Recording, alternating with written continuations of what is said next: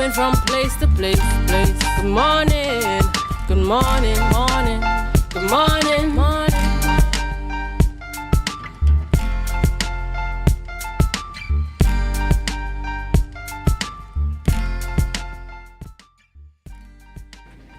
Good morning and welcome to the morning show on Tobago Updates Television. I am Adana Kumbi, and this is the day that the Lord has made. We will rejoice, of course, and be glad in it.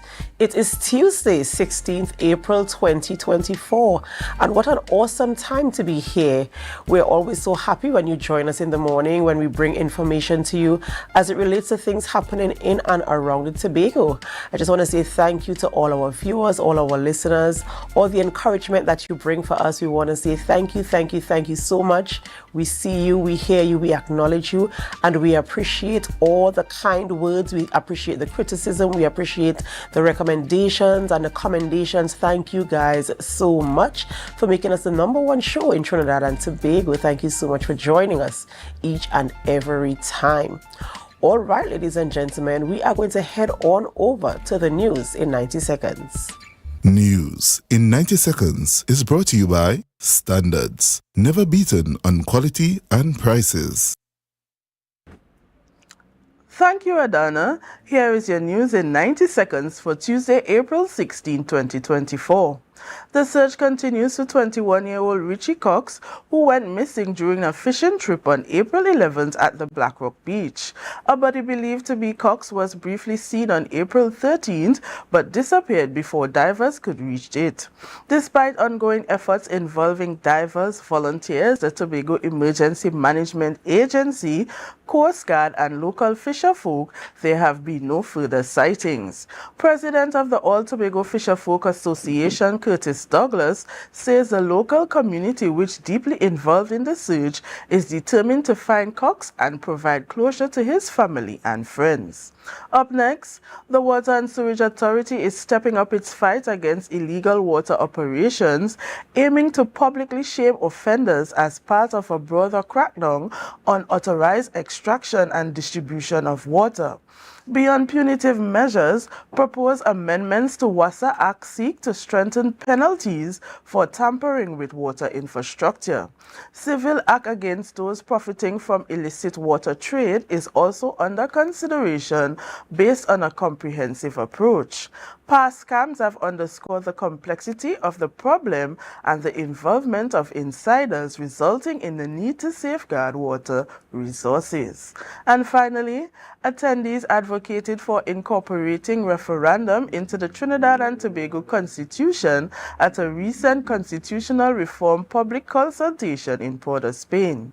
Dr. Terence Farrell highlighted the significance of past reform efforts, noting the need to addressing daily societal challenges rooted in constitutional institutions. Businessman Robert Amar stressed the need for institutionalized referenda to counterbalance parliamentary authority while expressing concerns over press freedom and electoral representation. However, former MP Stephen Cadiz cautioned against the pitfalls of referendums, citing the BRICS referendum as an example. Attendees also supported measures like fixed election dates and proportional representation. And that was your news in 90 seconds. Life is good with Zero. Zero interest for 6 months. Zero down payments. Zero stress payment plan. That's right. With Standards, my terms, we are putting the power of zero in your hands. Now, you can get that new sectional, fridge, stove, or TV for zero down. Pay zero interest later and enjoy a zero stress payment plan plus quick approval within 48 hours. Standards, never beaten on quality and prices. Thank you, Brianna, there for the news in 90 seconds. And I want to say welcome to Julian Ski this morning. Good morning. Good morning to each and every one of you out there connecting with us this morning here on the Tobago Updates morning show. It's that kind of a Tuesday the 16th of April, 2024. And with that, viewers, we're heading straight on into our birthday shout-outs here on Tobago Updates.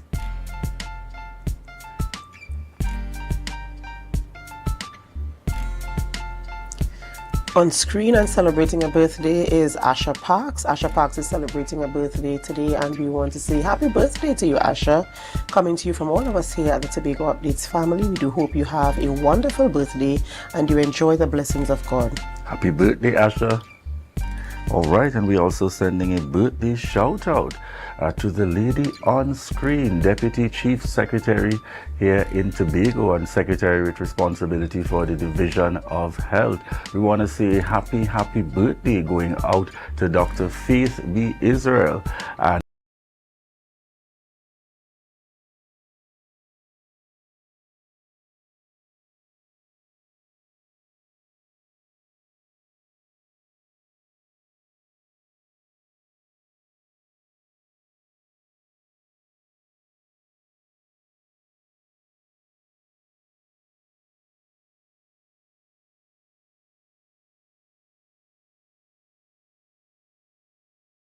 Rotisserie, mouth-watering fries, salads, combos, and specials galore. Feeling for something to eat? Come and see. Our rotisserie is seasoned to the T. Kicking chicken, masala, and jerk roast. Crispy fries made from scratch. Who do you know can't beat that? Or salads freshly cut and packed. When you taste it, you'll be wanting to come back. So come check us out on number 2 Robinson Street, Uptown Scarborough, Tobago. We open on Saturday nights from 7:30 to 11:30 p.m. Monday to Thursday, we're open from 10 a.m. to 9:30 p.m. and on Friday, 10 a.m. to 4:30 p.m. Contact us at 772-7443 and all social media handles at the Rotisserie Factory.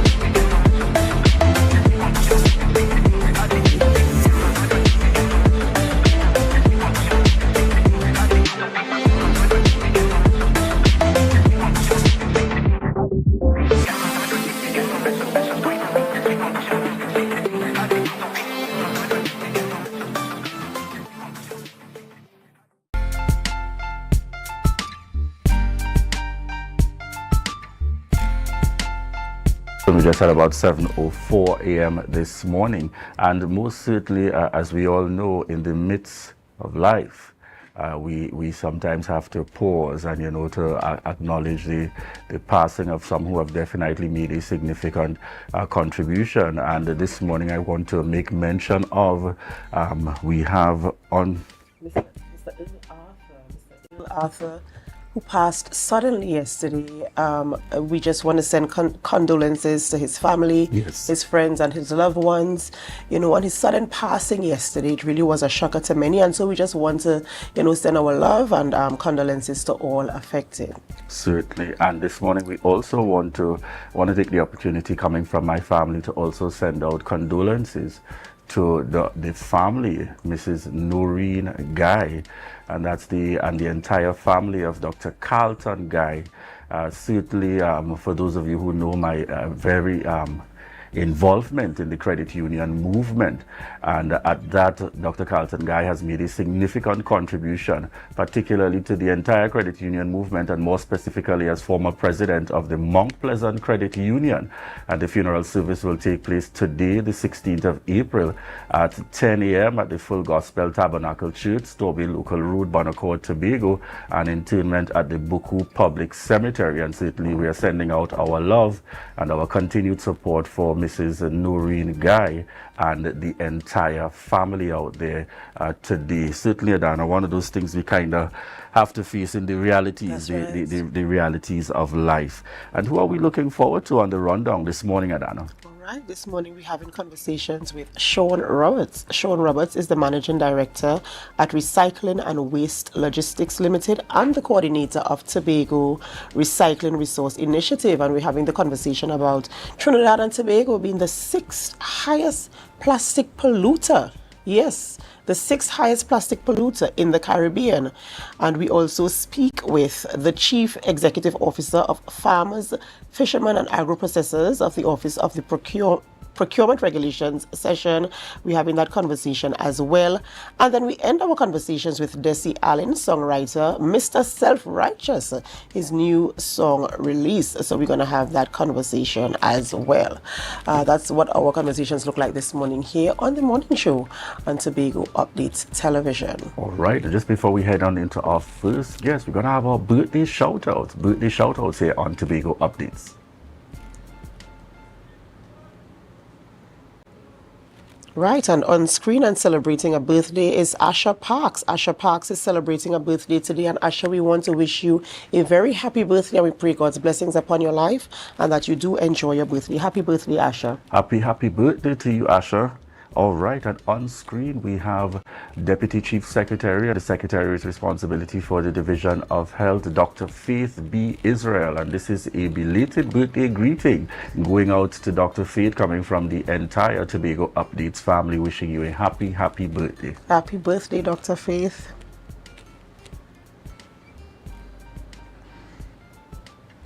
All right, viewers, and we want to thank you so much for continuing to choose the Tobago Updates morning show.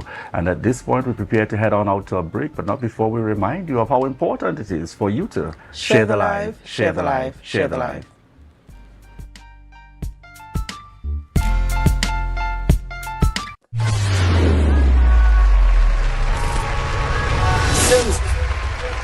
You're the prize, you're the queen.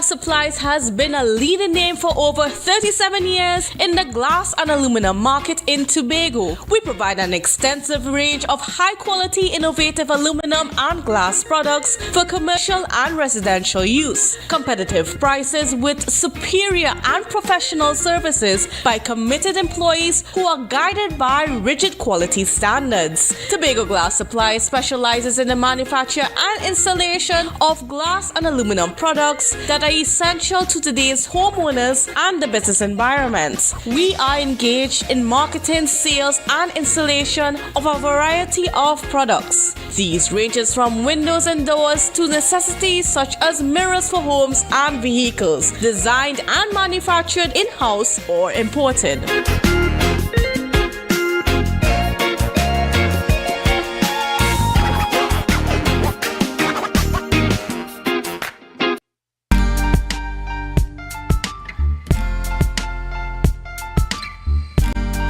Put a smile on your face when you're moving from place to place. Good morning, good morning, morning, good morning, morning.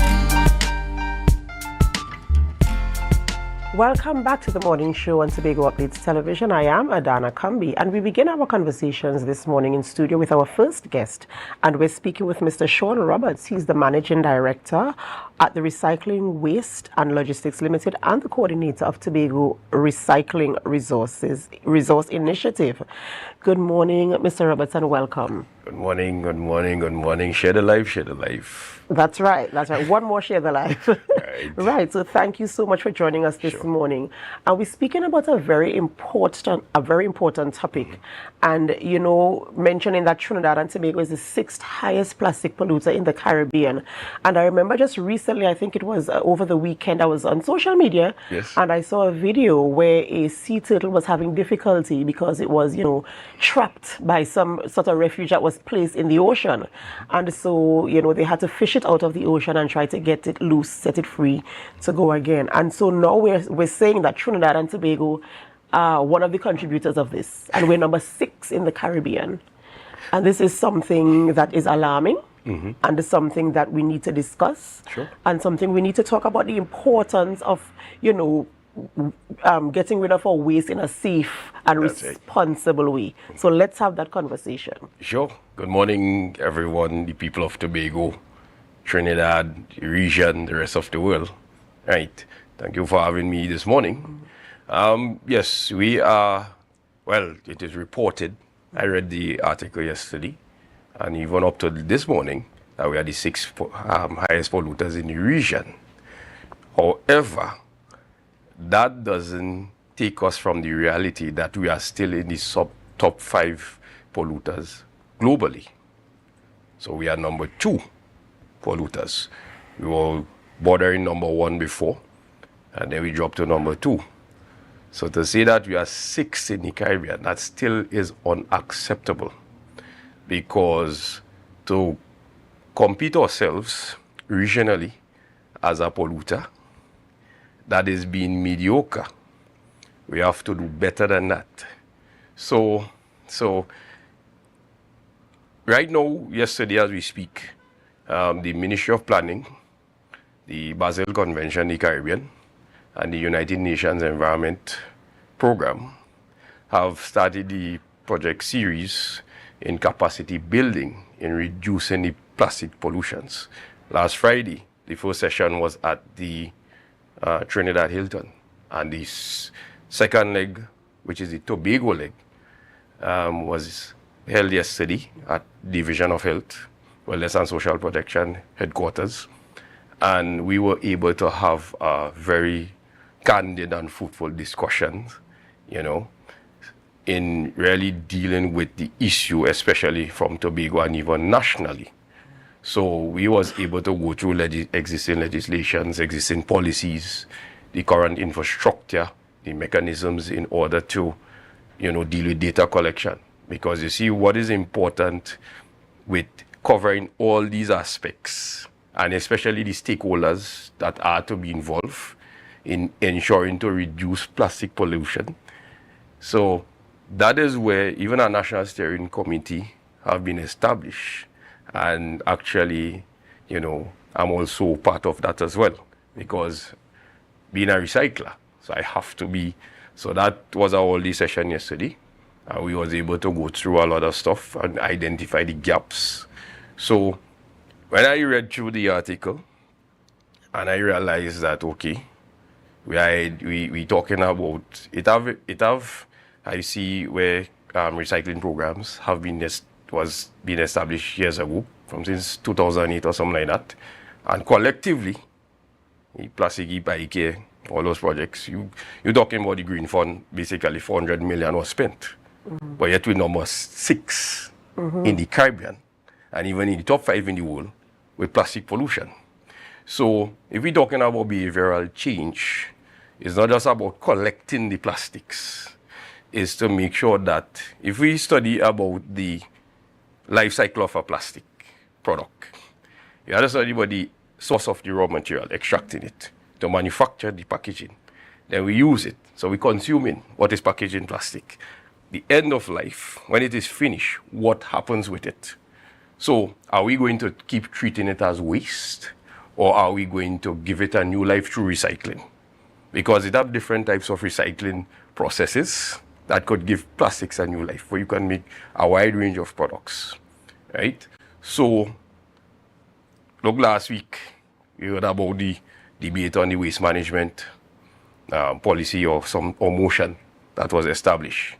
Now, if you're dealing with policy making, once you know the existing infrastructure is available, you can't really be telling businesses, take for example, instead of putting your cardboard on the roadside, carry to Study Park when you know you have a facility in Shaw Park. Now, the perception, the public already aware that they have a facility in Tobago. So they already start doing that. So that is why we have to make sure from the state side, the public sector side, and private sector side, we have to make sure we have the same message. When the messages are being conflicted, you have to be careful where you're creating perceptions that where it, people are not sure what to do.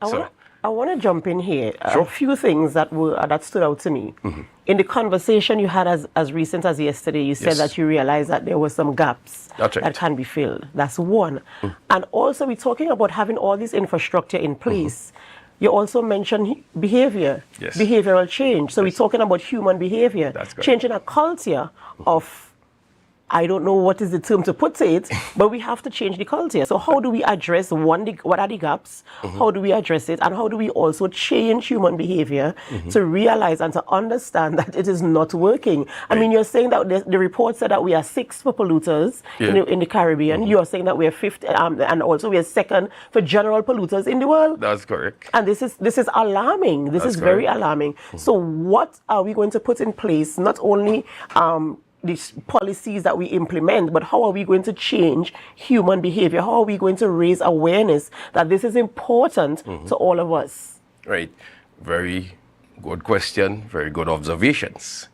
So, first to begin, we have to start with legislation, right? You see, we were able to go through the various types of waste and recycling policies that was established in Trinidad and Tobago. And all the policies that been established, policies have a timeline. That is why, they will put waste and recycling policy of 2013 and that kind of thing. So basically, it have a 10-year lifespan. So every 10 years, when you have a policy, you have to review it. Now, the reason why you see these policies have difficulty to become effective is because you have to know what legislation that is connected to. So if it's not connected to a legislation, then it's very difficult when you implement policy to be able to talk about enforcement and all that stuff. So that is where you have to take it from there, from law. So, like for example, the Certificate of Environment rules was established under the Environmental Management Act of 1995. So when these CC rules have been established, then later on in 2022, the waste rules was established for businesses to start separating their waste from recycling. A lot of people not realizing that is law. So if you're a polluter, every year the EMA can be able to charge an annual fee for polluting. So basically, the more you recycle is the less you pay, or nothing at all. So I'm just preparing you for oversight of how we have to start. You have to start from the legal framework, that's the legislative and policy framework. Then you have to go towards compliance, that is policy. That's where you're talking about monitoring and enforcement. We have a litter act, but at the end of the day, we have a litter act about people still littering. And that's the challenge. That is the challenge. We implement these policies, and as you're saying, the enforcement aspect of it. And you see what has happened. The reason why the waste management rules have in trouble to become effective is because when you have the absence of infrastructure. Now, in Trinidad, the main facility that deals with plastics in Trinidad is Sumcol. And here in Tobago is what our Recycling, Waste and Logistics who deals with the plastic through the TRI program. So basically, I'll be realistic with you, is that we basically outdo our capacity because actually that was really, Shaw Park was an interim location until we transitioned to Cove. Now we just have to more wait on the process with IDCO to complete that so that we could be able to transition and make sure we have a big facility to be able to deal with that problem. Because you see, you see what also happens as well. We have to do community engagement. Community engagement means it's not just is going into the communities and you're going into the schools and make people aware of the dangers of when you indiscriminately dispose your plastics. So, and then too, you have to talk about incentives. Because the incentive program is what you call a deposit return system. You remember back in the days, Quarry used to give you about 10 cents or something when you return your bottle. But you see the reason why that stopped, where they more cannot discount it from your product when you carry your keys, is because for the bottler or even a recycler like myself, like us, to shoulder that stuff on its own is very difficult. Now, when you see now it comes from legislation where you have a deposit refund system, where it included in the price of the product. Basically, when you go to whether it's a depot or machine or whatever, and you return your packaging, basically you get a voucher where you can be able to go to a grocery, get discount off your stuff, or you get a cashback from somewhere. So, what you call a redemption center. So things like those is what you have to look at. And also, the third point, what was discussed yesterday, is building trust with the public. Because people want to know, okay, if I take time to put aside my plastic bottle and stuff, what happens with it? And that is where the major thing. Because basically in Trinidad, IKEA focuses on collection. Processing, that may or not even is their focus. But with TRI, we made sure that we not just only do collection, we focus on processing as well to make sure you give it a new life, because we're trying to minimize what goes to Soddy Park. Because you have to be realistic. When we talk about landfills have about 5 more years, it almost exhausted. Let's be real. Once a landfill is more than 30 years, it is done. When you see, we heard in the debate where the Secretary for Health talk about where they had a work magic. If you had a work magic in a landfill, that means your landfill is exhausted. Because when you see you have to be reusing cells, that means your landfill is done. So that is why when TRI was being established since 2018, since 2018 that was being planned, is because the teacher at that time recognized that, hey, we basically unwheel ourselves. So we need to start keeping it away from there. And we need to start having programs. That's why the litter eradication program. People don't realize that a lot of the green bags, a lot of the recyclables come to Shaw Park. Because if it is that we don't start tackling it holistically, then you will just keep seeing plastic bottles in the drains. It has hurt me when you see, bottles ending up in the beaches. Oh, trust me. And, even with plastic grocery bags, that is one of the most dangerous plastics that is on the market. So we had actually started last year where we brought in shopping bags and started introducing to the public to start weaning out of using it. So, in fact, I forgot to bring one for you today. But I'll bring one the next time. So that is where we have to take it holistically. And it's all stakeholders have to collaborate to make it happen. And I think there has to be a very, very intense public education drive. Because you can't really change behavior, because you spoke about so many different things, and you also mentioned, I don't think people are aware. Almost at the end of everything you said, I don't think people are aware. So there must be some measure of public education, public awareness.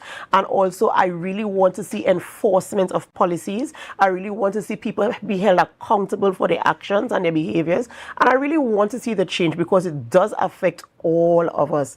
And so I want to hear so much more from you guys. I want to see you. Sure. I want you to be visible, and I want you to ensure that the people, from the smallest to the greatest, must be aware of what the policies are, what the effects are of our bad behavior, and help us to change that behavior, change the culture of how we, discard of these things, and ensure that we create a space that is clean and safe for all inhabitants, because it is really alarming, the position where we are now. Even in the article, when I read it, where they focus their attention on one type of plastic, where they talk about the PET bottles, like the water bottles and the juice bottles, like what you have on the table right here.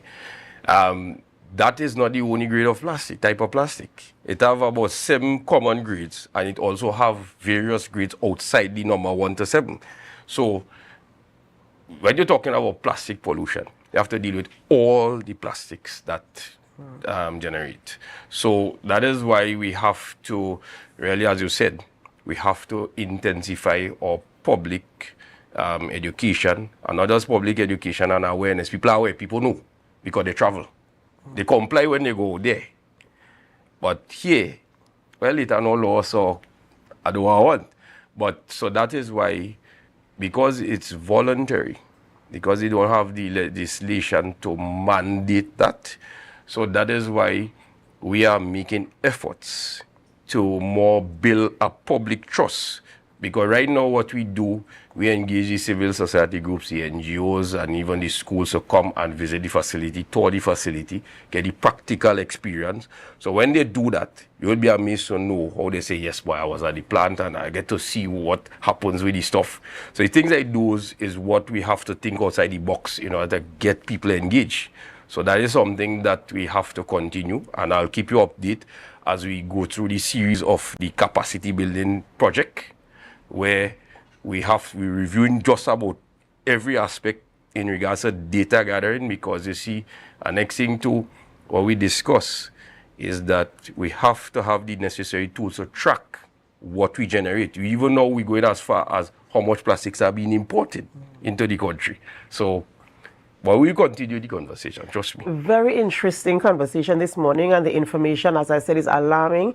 And I would really love to see where this goes in the very near future. I don't want to wait 10 years for another policy or something to be implemented. I want to see immediate action, and I know you're having the conversations, and I hope something fruitful comes of it, and that we can start to see changes in our environment here in Tobago, at least to start. We've been speaking with Mr. Sean Roberts, Managing Director at Recycling Waste and Logistics Limited, and the Coordinator for Tobago Recycling Initiative, and we do hope that we can see some change in our behaviors as it relates to our waste management. Thank you so much for joining us. Thank you. Ladies and gentlemen, thank you so much for staying with us even until now, and we ask that you continue to stay with us, send your comments, and of course, before we go to our break, we invite you to share the live, share the live, share the live. We'll be right back. Hello everyone, it's your boy Harry here from Authentic Car Clinic, located right here in Tobago at Storby Local Road. You can WhatsApp us or call us at 366-4173.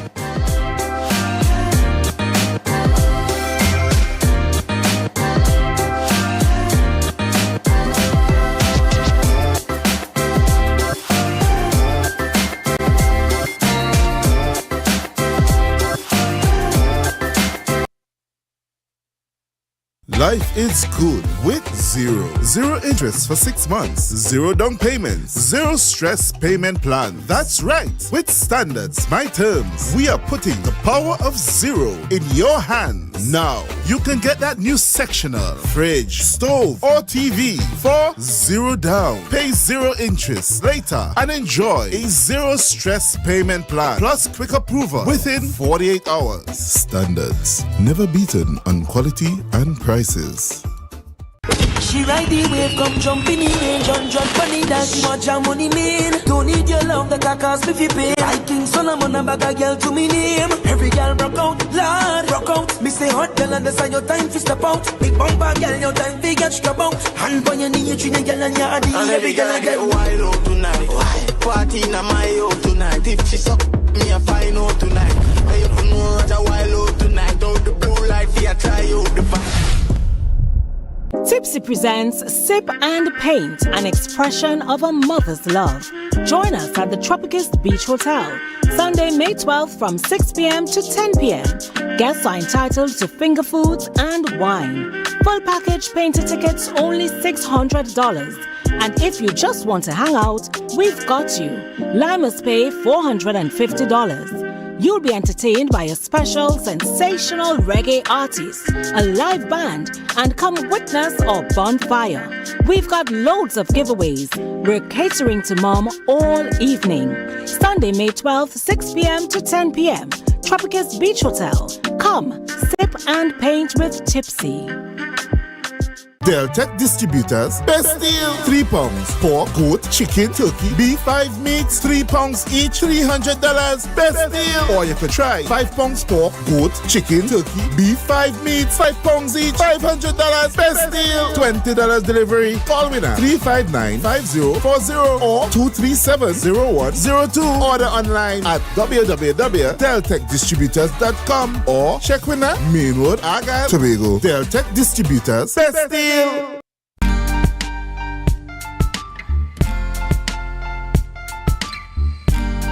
Put a smile on your face when you're moving from place to place. Good morning, good morning, morning, good morning, morning. Good morning, viewers, and welcome back to the Tobago Updates morning show, coming to you here live from the Port Mall in Scarborough, Tobago.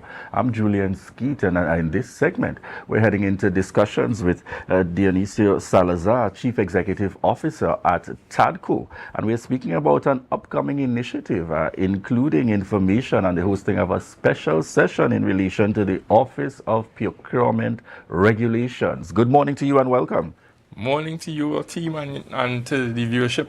How are you all today? Doing very good indeed. And just before we dive into this upcoming special session, just give us some general updates. How are things done at TADCO? Well, things are stabilizing at TADCO. We are actually doing some internal restructuring, making sure things are in proper order for the mandate that we have to carry out in terms of developing food sustainability and food security on the island of Tobago.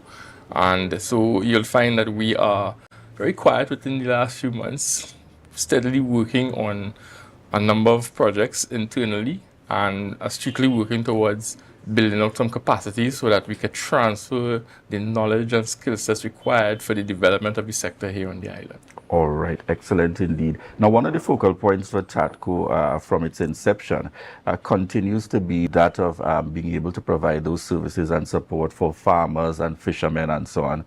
Now we are seeing, and agro-processors, of course, we are seeing that further reach in terms of how do they make that link or that connection rather in relation to the OPR and the regulations and the laws that now govern how we operate. Tell us why, just elaborate a little bit for me in terms of why TADCO would have seen the need to look at a session like this. Correct. And it's important because from a legal standpoint, the Tobago Agribusiness Development Company has a fiduciary duty to ensure that whoever we interact with conforms to the legislation as it relates to procurement.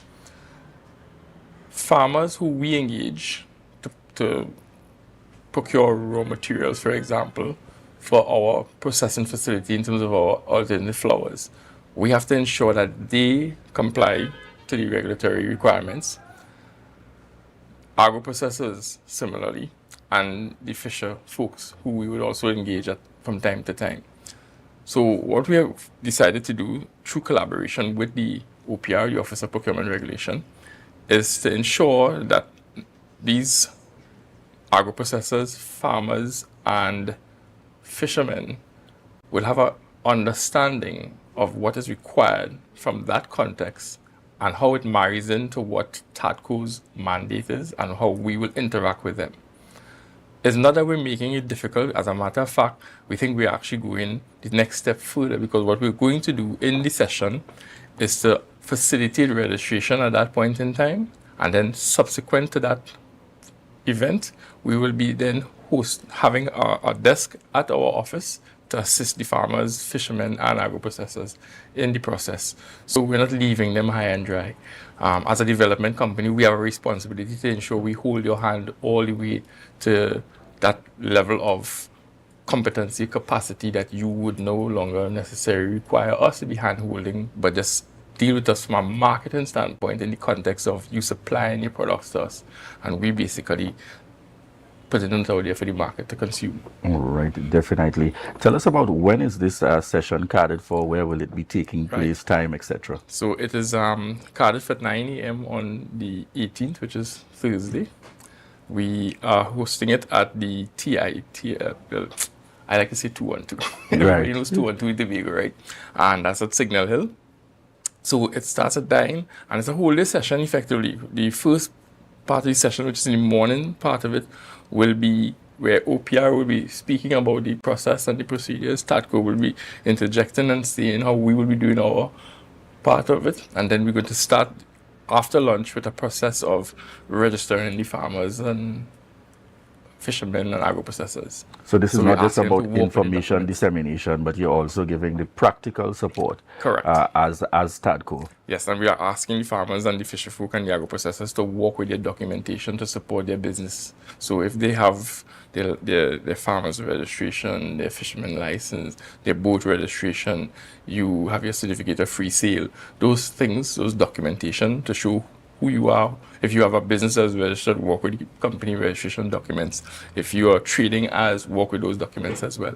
Because what we want to do is to make sure we have you registered and put you on the database effectively to go forward with you. All right.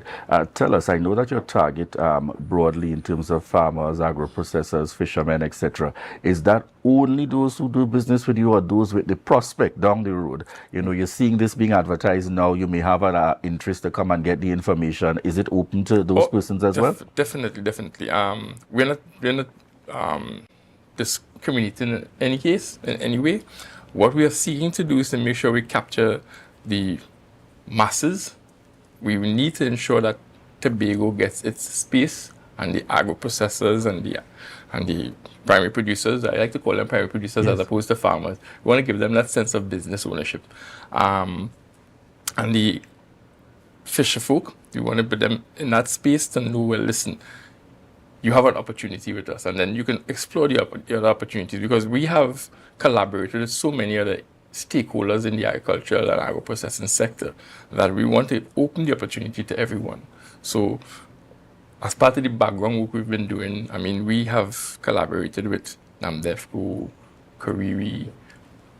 We're working closely with the division.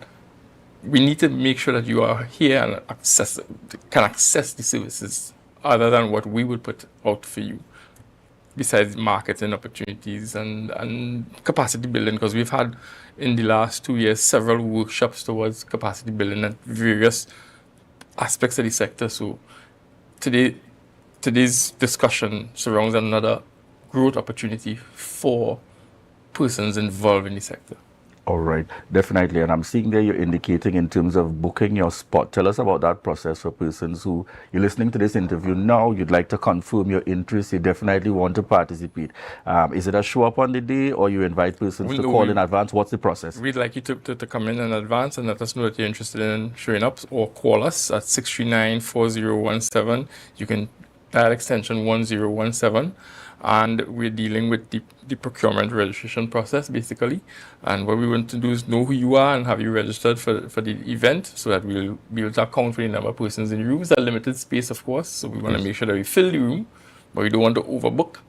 Because if there's an oversubscription, what we will have to do is then set up another opportunity. But it does not mean that it stops there.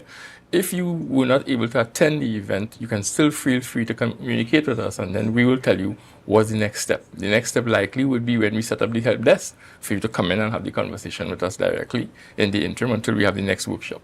Why would TADCO have seen this as definitely crucial, particularly at this point with lending this kind of extended support? Because we know naturally the OPR, in themselves and through their efforts have put on some awareness sessions and so on. Why did TADCO feel it necessary to go one step further in terms of that reach? Well, excellent question. And the reality is that there are farmers, agro-processors, fisher folk who are still not exposed to the OPR, who are very apprehensive towards it, who want to do business with TADCO, but because of the not understanding the compliance required, we are now trying to reach out to you to share with you the information that you need to understand to make the better decisions. We make better decisions based on information. If you are not informed, then you can't make a proper decision. And then you'll feel that TADCO is not prepared to work with you, when in truth, in fact, we are prepared to work with you. However, we as a state entity have to comply to the laws. So if we are not compliant to the laws on our end, then we would look very bad. But if we could work with the farmers, the agro-processors, the fisher folk, then that will translate nicely into bringing you into the fold so that we can all work cohesively towards the end goal, which is food security on the island. And we provide the market opportunities. So if we are going to work with you, we're going to guide you holistically, because as you know, TADCO also deals with the quality of the items that you're going to be supplying with us, right? So if you're supplying us, you have to have a standard, and we are going to bring to bear those standards, which is important in today's environment, because you can't effectively be competitive unless you adhere to certain standards. And, one of the points that you've made there so valid in the process, these providers and suppliers will benefit from this in such a way that, yes, they're able to bring their services to TADCO, but there's a further benefit that, in terms of, because of the reality now, once you're going out there in terms of seeking services and so on. And I really want to commend TADCO for that in terms of making that extra effort to be able to provide that level of support. Would you also want to share what might be some of the further benefits for those who register beyond just TADCO? Because, you're not just operating in a space where TADCO is my only. So I want you to share that so that, those farmers, fishermen, and so on out there understand that further benefit if they are to provide services to other agencies. Right. So at TADCO, we are the main entity in the sector. What we're seeking to do is to bridge the gap between the primary producer, which is farmers, the fisherfolk, and the agro-processors, so that they can have an opportunity at places like the TRHA, for example, the school feeding program. We want to be able to bridge that gap and create that opportunity for you to get into those spaces. So whilst the emphasis will be on the OPR on this occasion, it will transcend into the quality of your product or produce. It will then allow you to get access to some of our training programs, because we will have further workshops in the year towards crop production, manufacturing practices, HACCP standards. So, and those things sound foreign, but there are real requirements in today's world, because food safety is also important. You have to make food that is consumable and thereby does not affect the consumer health-wise and otherwise. So what these programs doing is just basically bringing you into the fold so that you can be considered in the future for these opportunities. So this is the first line of contact, and then we'll have other communication with you as we go along.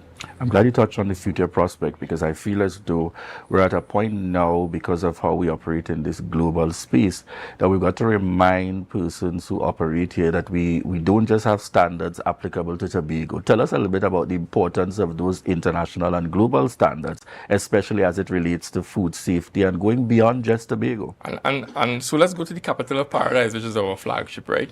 And we export tuna fish out of that operation. If we don't meet the standard, then we don't get the foreign exchange that we are desirous of to make the company viable, right?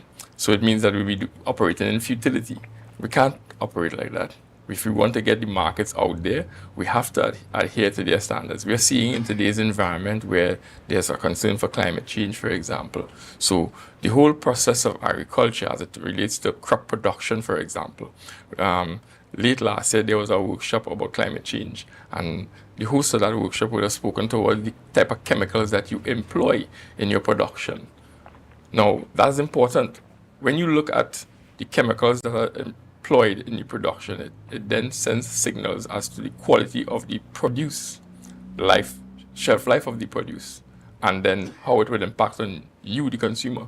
So these are some of the initiatives that TADCO is working on, collaborating with stakeholders so that we could pass that information to you, to change the paradigm from the traditional way we know this way.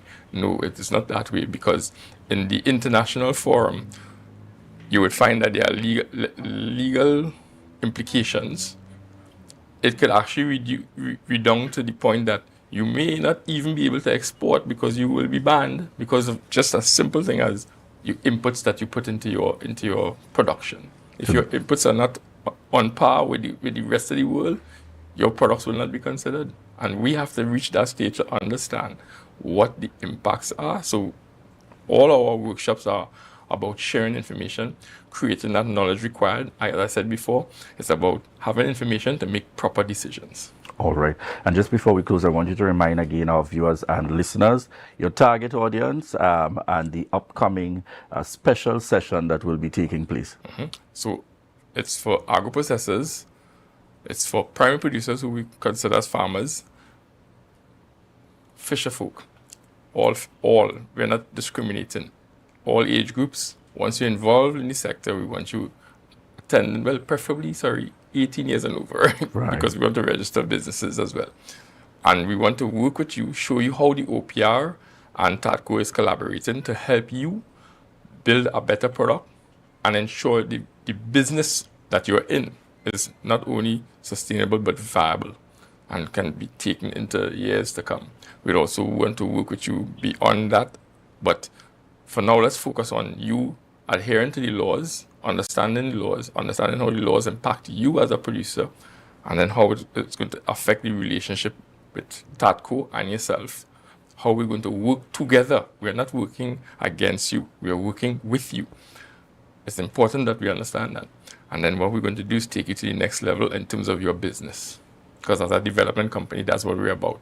It's about stages and stages towards development. Excellent. So just a reminder, folks, that session takes place this week on Tuesday up at the Tobago Information Technology Center 211. And remember to contact TADCO 639-4017, or feel free to just show up down there in Shore Park at the main office to seek further information and to book your spot. Thank you very much, Desie Salazar, Chief Executive Officer for TADCO, for joining us here on the set this morning here at the Tobago Updates Morning Show. And viewers, we want to remind you that this is your opportunity to share the live, share the live, share the live. We'll be right back.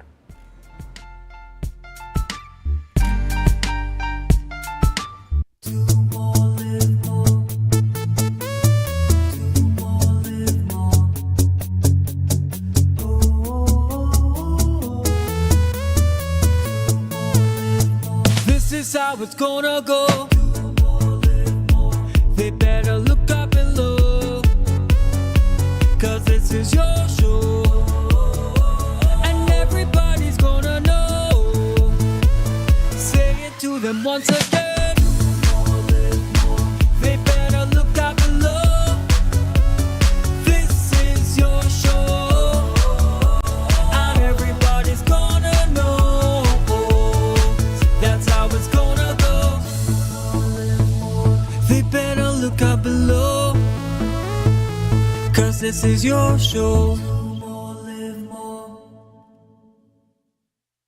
On Saturday, April 27th, the atmosphere in Black Rock, Tobago will be filled with the sweet sound of jazz as Black Two Sugars and Starfish Tobago present Beachfront Jazz from 1 p.m. to 7 p.m. A premium drinks inclusive event featuring Ace Bajan saxophonist Arturo Tappan and band, Trinidad Top Jazz Ensemble, Alan Parlay with Vaughn and Bigfoot, Tobago songstress Kai DeVere, and just added veteran jazz guitarist Michael Boothman, pianist Hannah Goodrich, and new sensation Rose. Backed by the Beachfront Jazz Project, led by Emmy Fortune. Beachfront Jazz, all part of the Tobago Jazz and Music Weekend. Get your tickets now at Cache Port of Spain, Trin City, Eastgate, Gulf City Malls in Trinidad, Lowlands Mall in Tobago, and Gencare Day Spa, Woodbrook and Tobago. Or call 681-1516 or 627-4141. Brought to you by B-Mobile, our telecommunications partner, RBC Royal Bank, Angostura Premium Rums, Hennessy, Johnny Walker Scotch, and the Prime Minister Sports and Culture Fund. Beachfront Jazz, April 27th, Black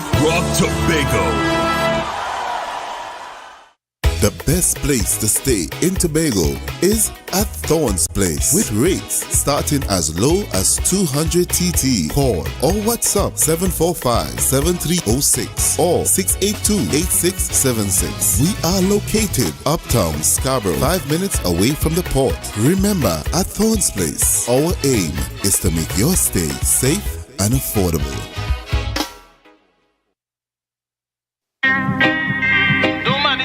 Just by the works of the law. It's only by faith, faith in Christ. Mr. Self-Righteous, go take the beam out of your rifles before you see the dust in my eye. Only God alone can judge my life. Mr. Self-Righteous, go take the beam out of your rifles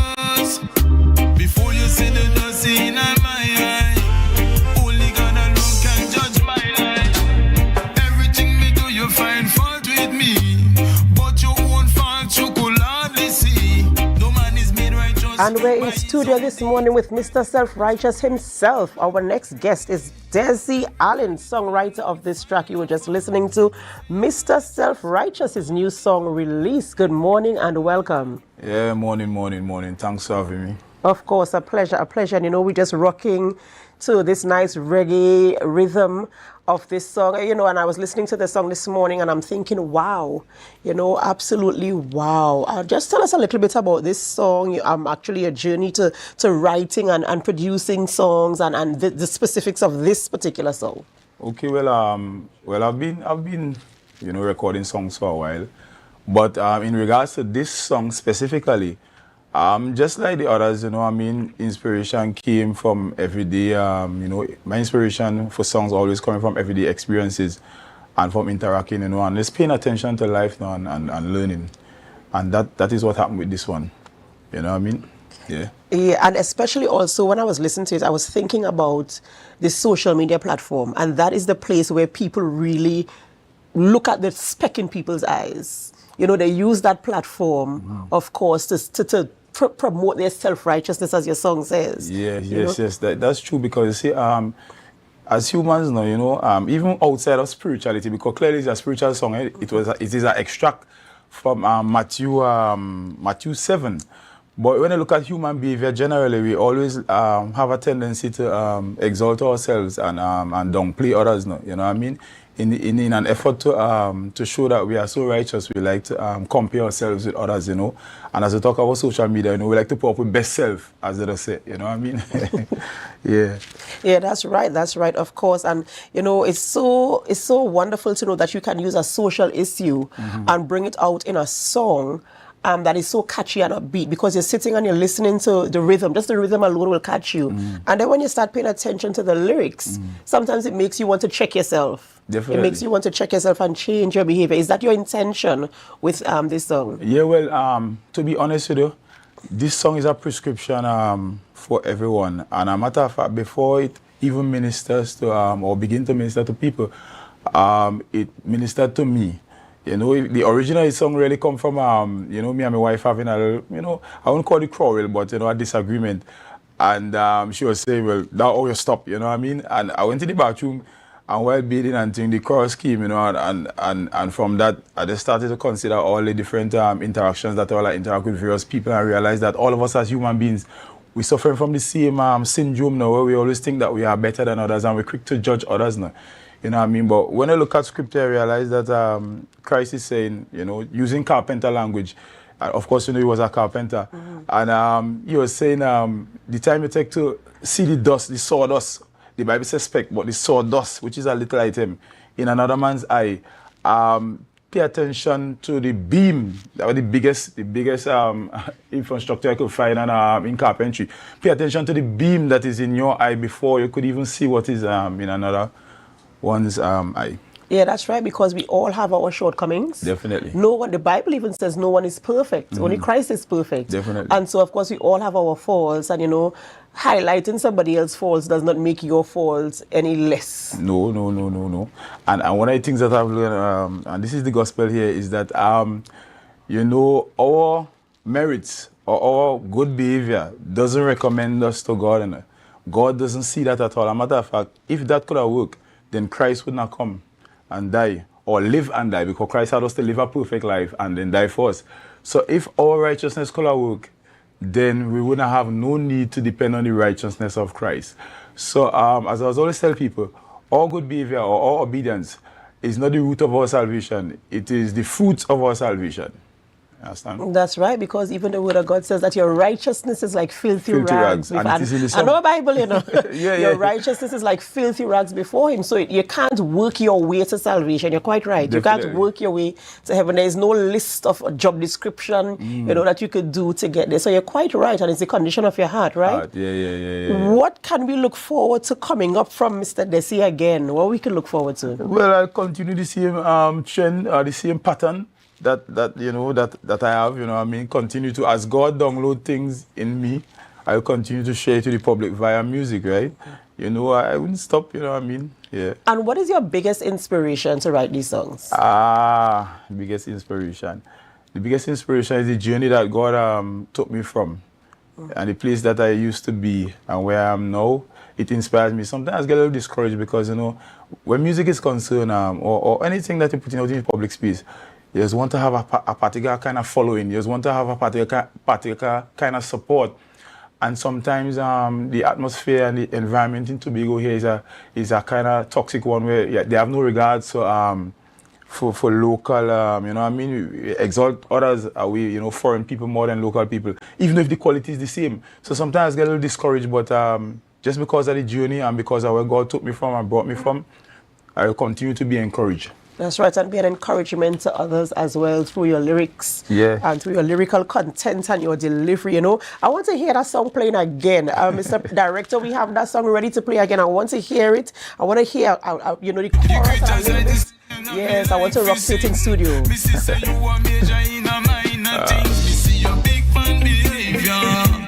Church politics and to major. That's right. You know, sometimes we major on the minor things, as the song says. You know, we put emphasis on things that aren't very important, and we forget about the things that are important, you know, in our lives. And this is what this song is speaking to, you know. And I really want to commend you for identifying those things and bringing them to the fore in this way. You know, sometimes we see young men and they choose the easier way. They choose the easier life. They choose the life where you're just hanging out on the block. But you take this social issue and package it in this context to encourage other people.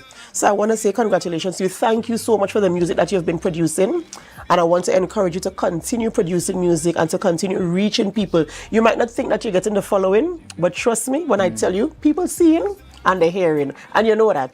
I think you know that. Well, watch me. Even if it's one or two persons, I mean, when I consider the plan of salvation, I say, you know, if Adam alone had sinned or Eve alone had sinned, Christ will have still come and do his thing to save that one person. So I say, you know, whether or not big following or not, I continue to do things. That's right, and that's exactly what God requires of us. So thank you so much for coming this morning and having this conversation and for producing good music. Continue, keep up the good work. Ladies and gentlemen, we're speaking with Desie Allen, songwriter. He's produced so many songs before, and this morning we're talking about Mr. Self-Righteous. Go out there on YouTube and follow him and listen to this song. Pay attention to the lyrics. Check yourself and see how you can improve the condition of your heart and stop looking at the dust and check your own beam. All right, ladies and gentlemen, this is where we end the morning show on Tobago Updates Television, but we don't end our programming here.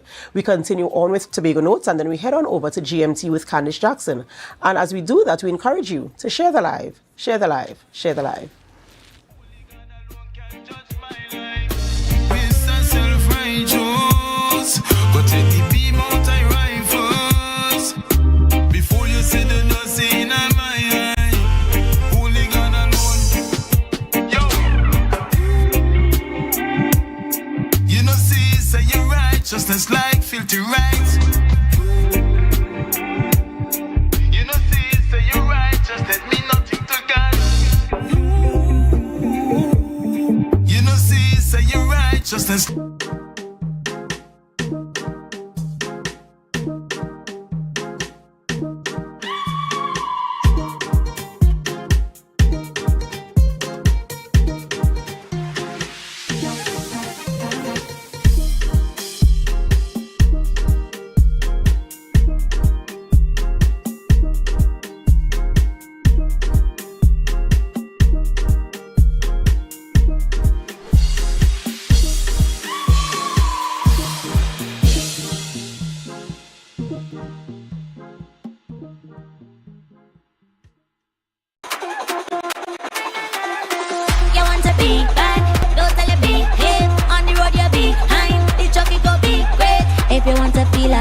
Then switch to the winning side. You see how we move in style. Is a vibe on Be Mobile. It's a vibe, it's a vibe, it's a vibe on Be Mobile.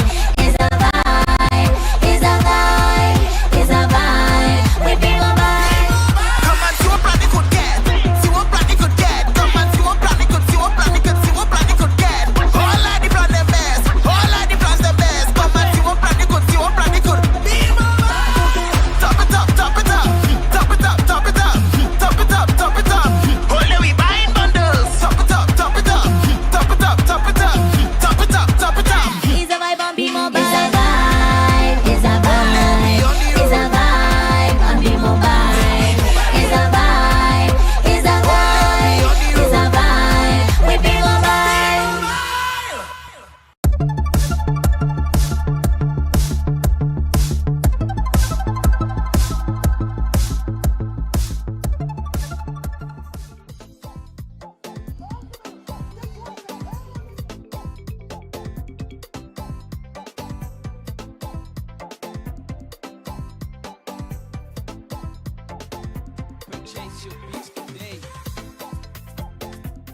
This is my first race for the day. I've been around the goat racing since little, so I grew up with an idea. This could be my second to third year of running goat. I felt very good when I come down and I see her in front. Felt very nice. So long to get a good racer and you like the thing, you're going to put everything into it. And I call the jockey and say, look, we're going to dominate today. We're going to dominate. You win Friday with Latin Lover. I need you to put down your best foot forward. And so done, you do the work. I came here with my family and they thought it was a good idea that I come to participate in the event. I train with UE at the St. Augustine campus here. This is my first time here, so it's pretty fun. And while winning my event was the icing on the cake. We're spending Easter in Tobago, so we said this is something that they should see.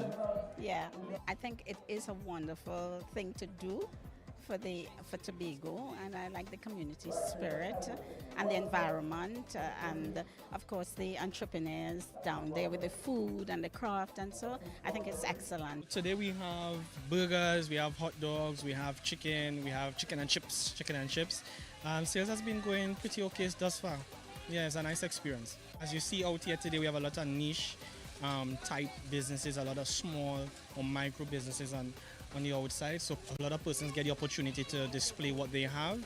It's been amazing. Watching the goats is wonderful, but also the bonnet competition is quite something. Yeah, really good fun, really enjoyed it. Yeah, it's been crazy. We haven't seen anything like this at home. It's really great. The races are fun to watch. All the vendors have good food and attractions. Yeah, I like it because we get to see animals that we usually don't get to see normally in Canada or like Tobago. My snake is my favorite animal. I don't know. I just have always really liked snakes. We have little garter snakes in our backyard that I always catch and always used to catch. This is an event that normally caters to the family. And once we are able to bring families together, once we are able to execute a better social standing in our community, I think we are a success, you know. Sometimes we measure everything by financial success, but there's always the reality of having stronger communities coming out of events like this. That was a production of the Department of Information, Office of the Chief Secretary, Tobago House of Assembly.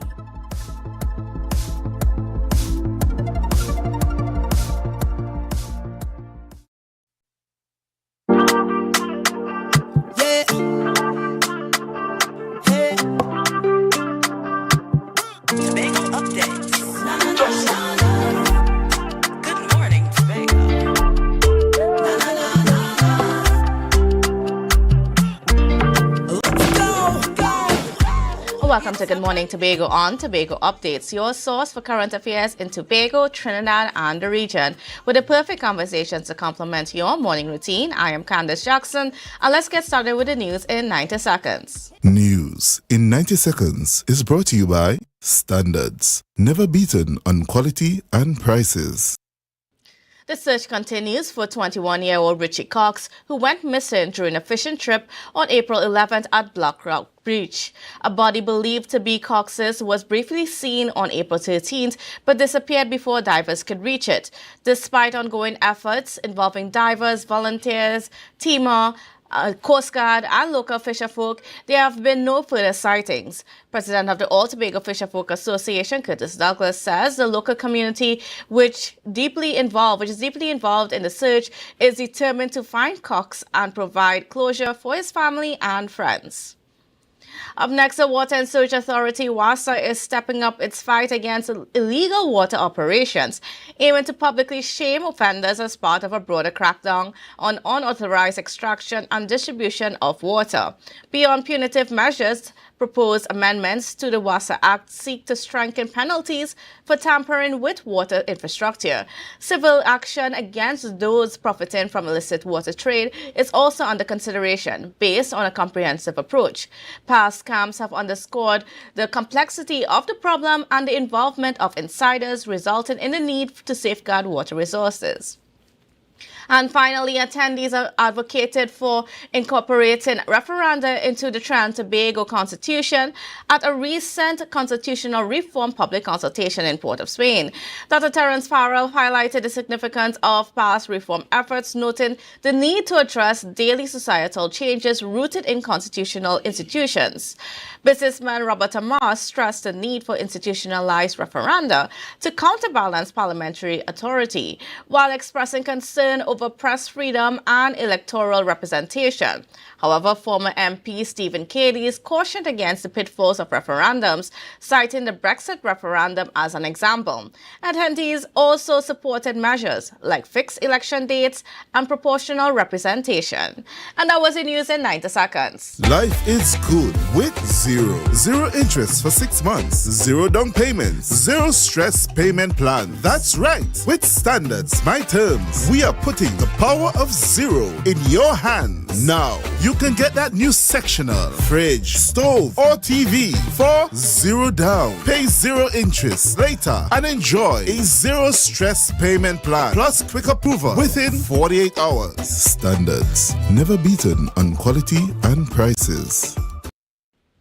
And welcome back to Good Morning Tobago on Tobago Updates, viewers. Now, if you are in need of some legal assistance, if you just want a little advice, if you have a matter that you need to explore the legal ramifications of it, well, you know, there's some help for you in the form of legal aid. And to tell us a bit more about that, I am being joined by legal officer Natasha Brown-Allen. So good morning and welcome to you, Miss Allen. Miss Brown-Allen, how are you doing this morning? Good morning and thank you. I am well. Thank you so much for having me. All right, great. So tell me a little bit, first of all, about the Tobago District of Legal Aid and the services that are available. Certainly, thank you. So we are located in Bacalet. All right, for those of you who know where you get your death certificate registered, your debt registered, we are right there in that building, the Caravana building. So that's after NIB, opposite the court road, okay? So we are easily located there, and we offer services or advice and representation in criminal matters, civil matters, family matters, estates, anything that you think about in terms of the legal profession, right? Both in the magistrate court and in the high court and in the family court. So any person who wants to get advice can walk into our office at any time. We're open from 8 to 3:30. We take in clients and it's $50 for advice. So it's that simple. Just walk in with your ID card, $50 for advice, any documents you may have relating to the matter, and you will be seen by a legal officer. Representation then is something different where you have to apply for representation, but advice, $50, anybody gets advice. All right. And then, of course, as part of the outreach, you all are doing some community outreaches as well. Yes. So where are you guys going to be on Wednesday? Yes, we will be in Louis D'Or and environs. Here we come. And that's tomorrow, 17th of April, at the Louis D'Or Multipurpose Facility. We'll be there from 9 a.m. to 2:30 p.m. So Louis D'Or and environs, you don't need to come to Scarborough tomorrow. We will be in your area. All right, 9 a.m. to 2:30 p.m. Louis D'Or Multipurpose Facility, where you'll be able to get advice on any of your matters, $50 for advice. And just for persons who may not be able to make it, let me just give them some contact numbers. You can call us at 660-7502. That's our Tobago office number. 660-7502, 635-0779. Our office manager is Ms. Natalia Charles, and she can be reached at 367-0735. Our website for further information and for any office that if you might be in Trinidad and listening to this and you're wondering, where do I find a legal aid office in Trinidad? You can go on to www.laa.org.tt.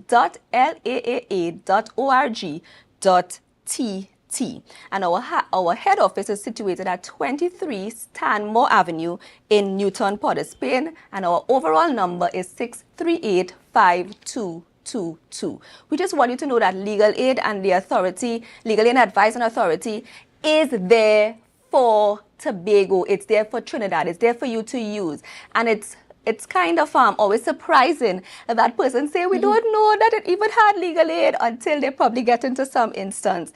And we just want to let you know that if you have any legal matter to ventilate, we are there.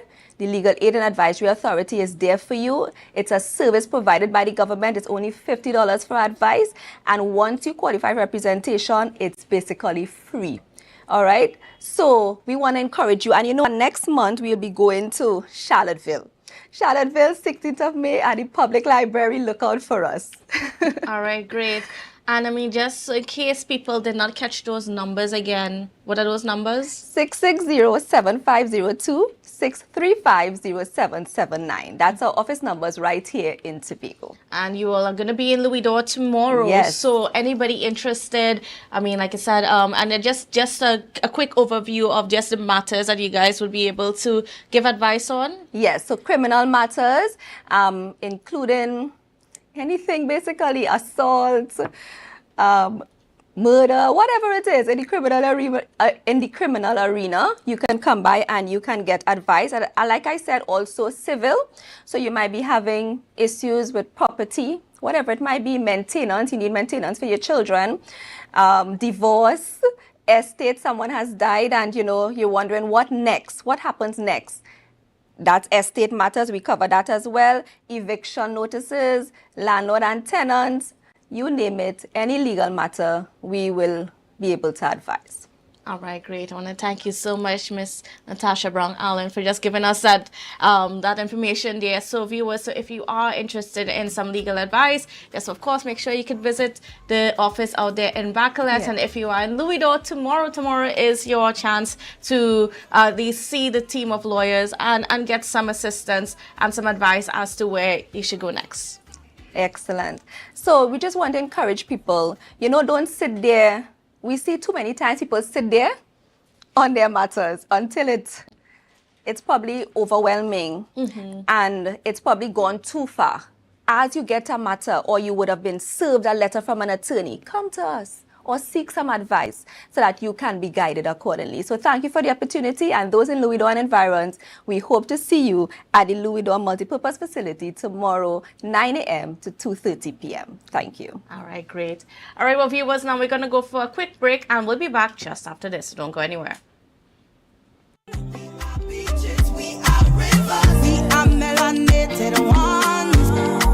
Coconut's Cafe, the buffet restaurant that specializes in all your tasty local dishes. For breakfast and for lunch. Breakfast includes coconut bake and sada roti, served with chokers, buljoil, and sausages in tomato sauce. Not forgetting beef and cheese pies, shepherd's pie, macaroni pie, and rice in various styles. Meat served in a variety of flavors, garden salads, and pasta salads. All this accompanied by fruit juices, coconut water, your choice of a great combination to appease your taste buds. So call us today to order, as we are here to accommodate your busy schedules or if you are having a cooking day off. At JK Tech, we bring technology to your doorstep. From cutting-edge laptops to reliable printers, we've got it all. Nationwide delivery and a new website for easy online ordering. JK Tech is your one-stop shop for your electronics and computer needs. Carrying top brands such as Acer, Samsung, HP, and much more. Follow us on Facebook and Instagram at JK Tech TT or visit jktechtt.com. Quality tech is just a click away. JK Tech. Evaluate your shopping experience, your tech, your way. Call or WhatsApp 383-2651. Shop smart, shop JK Tech.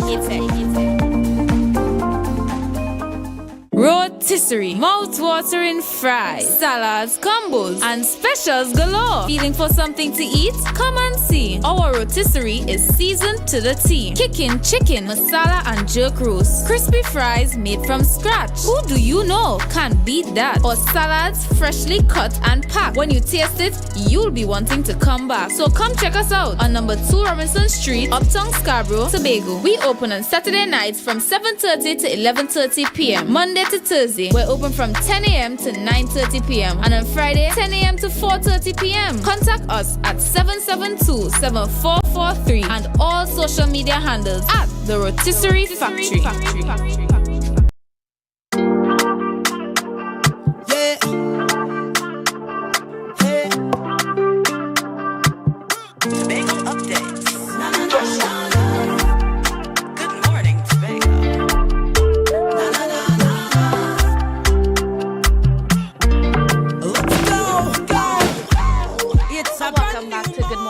On Tobago Updates, viewers. For the rest of the show this morning, I'm going to be chatting with former Secretary of Infrastructure, Quarries and the Environment, DIQE, and that's of course Mr. Kwesi Devines.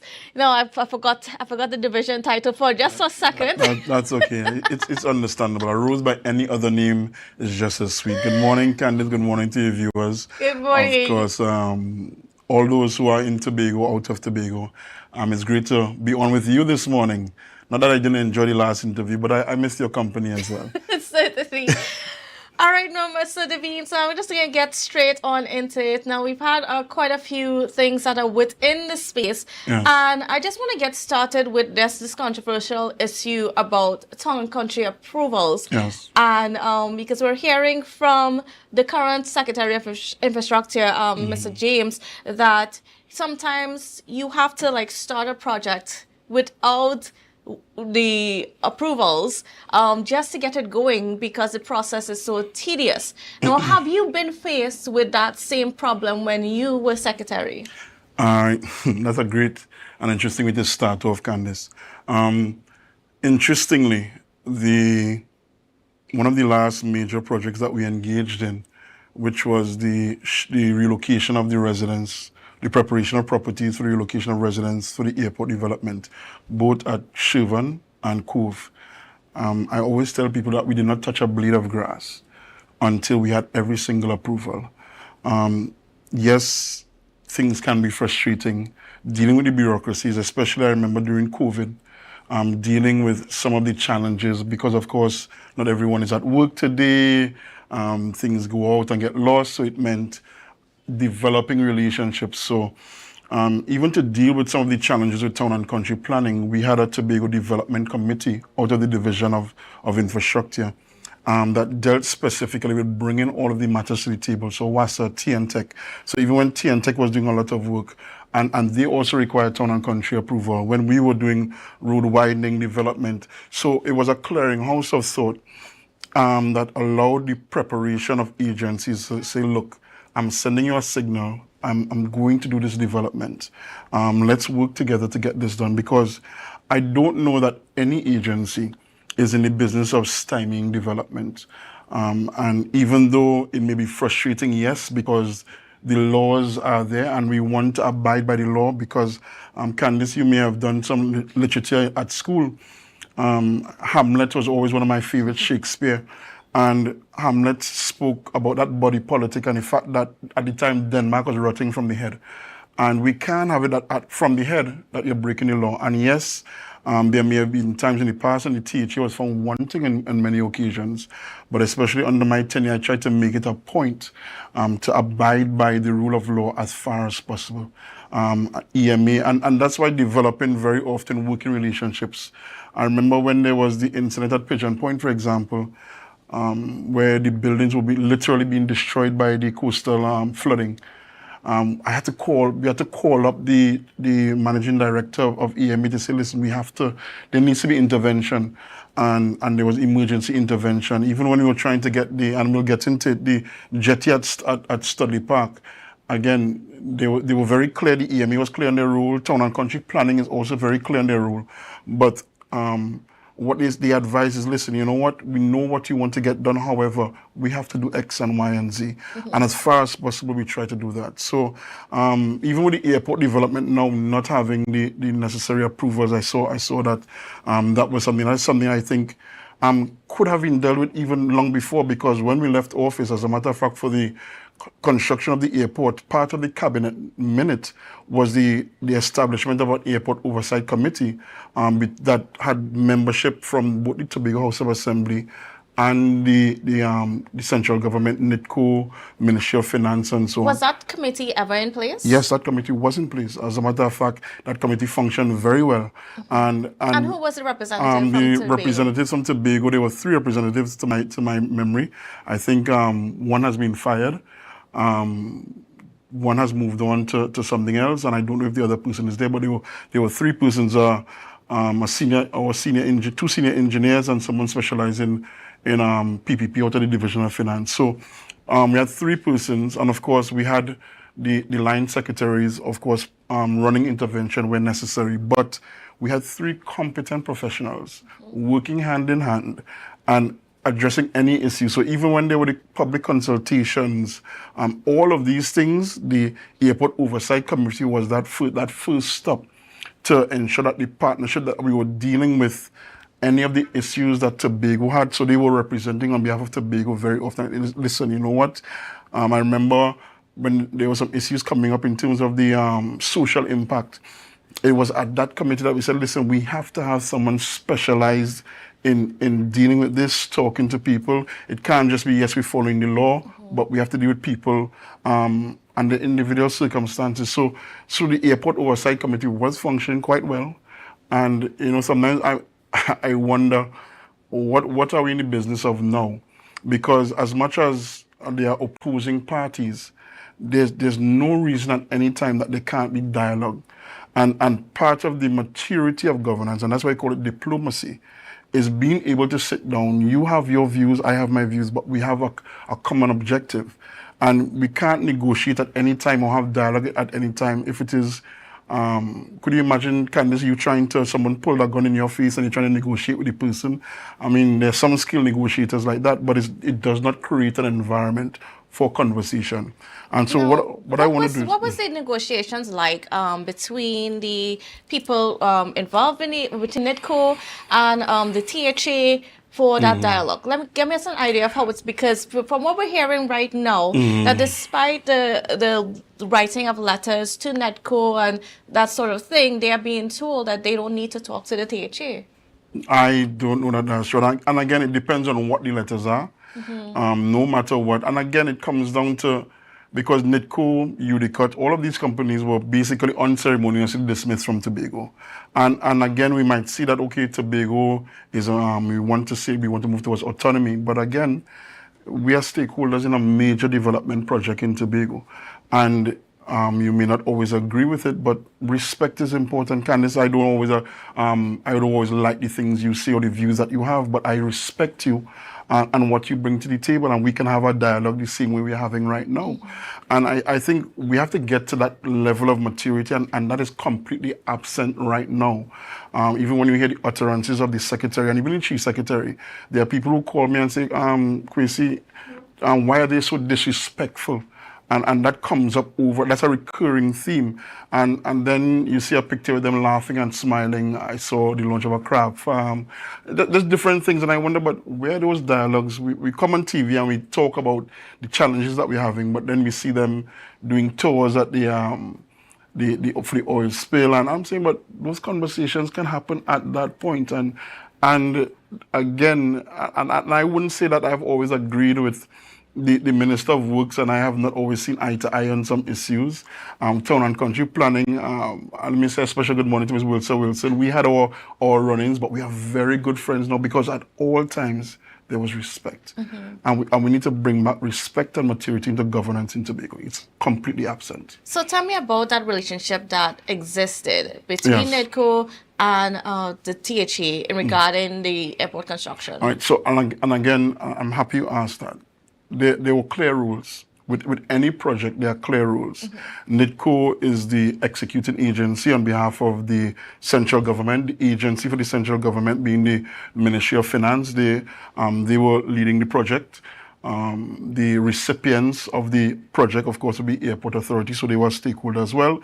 Tobago House of Assembly, as a key stakeholder and representative of the people of Tobago, were a major player. So even when there were consultations, when we went with a consultation plan, I remember sitting down at meetings chaired by the Chief Secretary on occasion, chaired by myself, chaired by the Secretary of Finance on occasion, that outlined, like, listen, guys, this is where we need to go. Once there was a lot of clarity, and the Chief Secretary did take a very present role in it, this is where we are going. And there was agreement on the team, even before he went to public.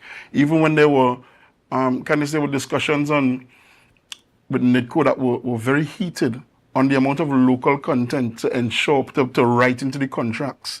Because there was a standard at the time of putting 10%, and they just used to put 10%. And I remember the Chief Secretary, it was Kelvin Charles at the time, Secretary of Finance Joel Jack, and myself, sitting in a meeting at the Division of Works of Infrastructure and saying that cannot hold.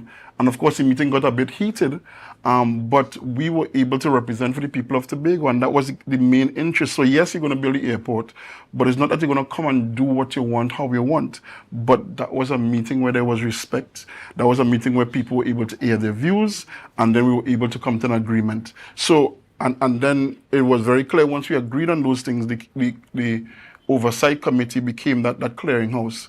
If there was an issue that was bubbling beyond the airport oversight committee, and we said, listen, we got a heads up that, you know what, we need the intervention of the policymakers now, then the policymakers stepped in. But you have to allow professionals to do their work. And another thing that you're seeing here now is that the politicians tend to get involved far too quickly. Respect professionals, set out a policy, whatever the guidelines are, which is absent right now. There's no clear policy from this administration, and set out the guidelines, set out the parameters, and then let the professionals work. And professionals far too often in this currently are complaining that they're being disrespected and not allowed to work. Mm-hmm. Well, in this situation, we're getting the indication that the THA, the current administration of the THA, so what existed during your time unfortunately did not translate or transfer to this current administration. So they're sort of left in the dark about some of the things that are happening. And Candice, I can tell you that I've heard some of the interviews with the secretary, as painful as they may have been, and I think he can be an excellent storyteller. And I think, in all fairness, instead of just taking what I say and what the secretary says, you should probably invite the president of NIDCO to come on and have a conversation, to hear what NIDCO is saying as well, so that we're not getting he say, she say. Get it from the horse's mouth. And that's my recommendation on that. And I spoke about respect, because if it is your intent and on disrespecting people and saying, well, I'm the boss and it's what I see, that's not how you deal with that. That's not governance. That is a creeping dictatorship, and those are the complaints that you hear. Yes, you want to fight on behalf of Tobago, but there's something called being dead right. Candice, if you're driving on the road and a truck is in your lane, it comes into your lane, you can't say, well, I have the right of way, and you drive headlong into the truck. You could end up dead right. Yes, you had the right of way, but the inertia of the truck is not going to stop before. So let's not end up in situations where we are dead right, or you want to be dead right. Let's get in a situation where there's compromise, there's conversation, and that comes out of a place of respect and maturity. All right, well, we're going to take a pause right there because we got to go for a break, but we'll be back right after this, so don't go anywhere.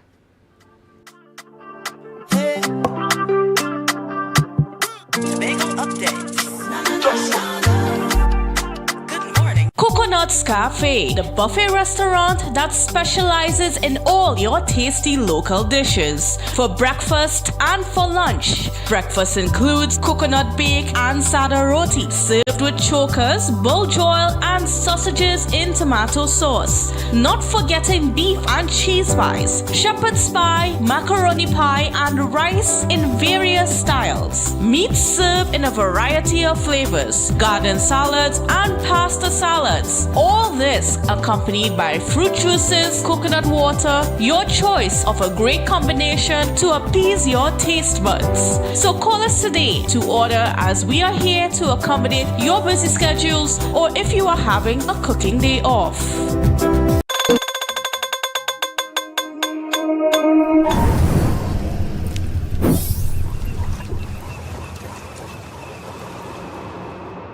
No place like home, home, home. Oh, I love Tobago, baby. When we outside, it's an ocean of love. All that we align to the stars up above. Let we dance now. Take a chance now with me. And we go jump till morning. Look, the moon gone sleeping. Tell them we not leaving. Till the last drop of a canal is madness in the capital. So I feel like I run in tongue again. Jump and shake the ground again. We with all my friends and them. No place like home.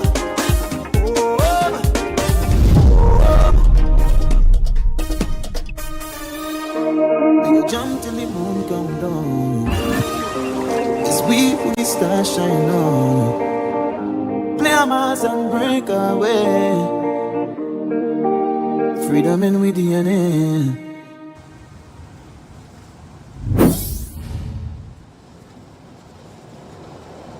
She ride the wave, come jumping in range. 100 funny that much your money mean. Don't need your love, that I cost me fi pay. Like King Solomon, a bag a girl to me name. Every girl rock out, Lord, rock out. Me say hot girl, understand your time fi step out. Big bumper girl, your time fi get strap out. Hand on your knee, treat a girl and your body. And every girl I get wild out tonight. Party in my out tonight. If she suck, me a find out tonight.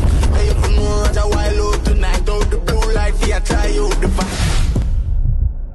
You can now get whatever you need whenever you need it anywhere in Tobago with TADCO. Your meals, medication, groceries, and shopping all delivered directly to you. No more hassle, no more stress. Get the TADCO app today on Google Play or Apple App Store. That's TAPPOGO and let us deliver to you. Check our website at www.tapogo.app or call the experts at 494-TOGO and 484-4746. TADCO. Relax, we will get it to you. TADCO's at your service. Yeah. Hey.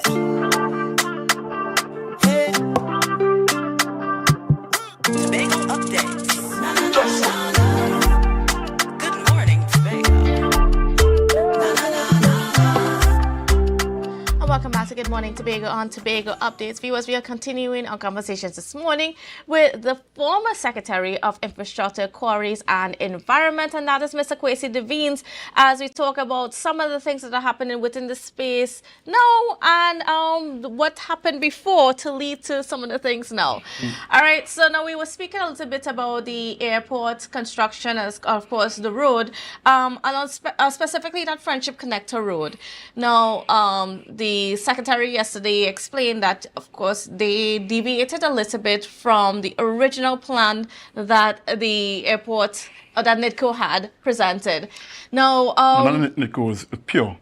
Pure under the Ministry of Works. All right. So tell me about that relationship. Why? Because, of course, we know that, under the THA, roads and so on fall under the THA, it's the purview of the THA, and the current administration took it upon themselves because they see it as their responsibility. Tell me about what was that agreement that was in place? What were those conversations like? So Candice, if we were to just do things just because we have it, we could do it, then we'll be in a very crazy place. And I mean, we are. So let me just dial back a bit. The history of it again, the airport terminal construction was approved by Cabinet. There was a recognition that the access road is going to be a challenge because if you deal with Store Bay Local Road in its current configuration, we can lead to some developmental challenges, and not in the now necessarily, but in the future. Pure was brought on board because of the capacity that they had in development, and there was never an intention of the Cabinet minute for the Ministry of Works or Pure to abdicate or take away from or abrogate unto themselves any responsibility that is there for the Tobago House of Assembly. What I can say, again, the Secretary being the great storyteller that he is, he may have, on this occasion, he didn't exaggerate. I don't know if he didn't speak very clearly on it or very real on it. The original design was a dual carriageway. So currently, picture, we have Milford Road just outside, is a single carriageway. So where you have one lane going one way, one lane going the next way. the dual carriageway was going to be 2 lanes in each direction, with a number of roundabouts and so on. And so to say that you deviated slightly, you removed an entire lane, 2 lanes really from the project. So I don't know if that's slight. Well, the route itself is also The route is also different. And the reality, we're at the stage of the conceptual design. The route was not finalized. But even, and I'll give the example, Candice, of when we did the Smithfield Connector Road. We ran into a challenge. There was an original design and layout. When we got there was some squatters who had applied for regularization and had been regularized. We didn't say, well, let's bulldoze their homes and go away. We actually went the route of helping them to ensure that the construction did not demolish their homes. We had to actually, there was one particular home I remember where we had to relocate them temporarily while we remedied some challenges, because once you put heavy equipment on the road, their foundation wasn't very good. And so we had to do a lot of construction on the home, additional cost.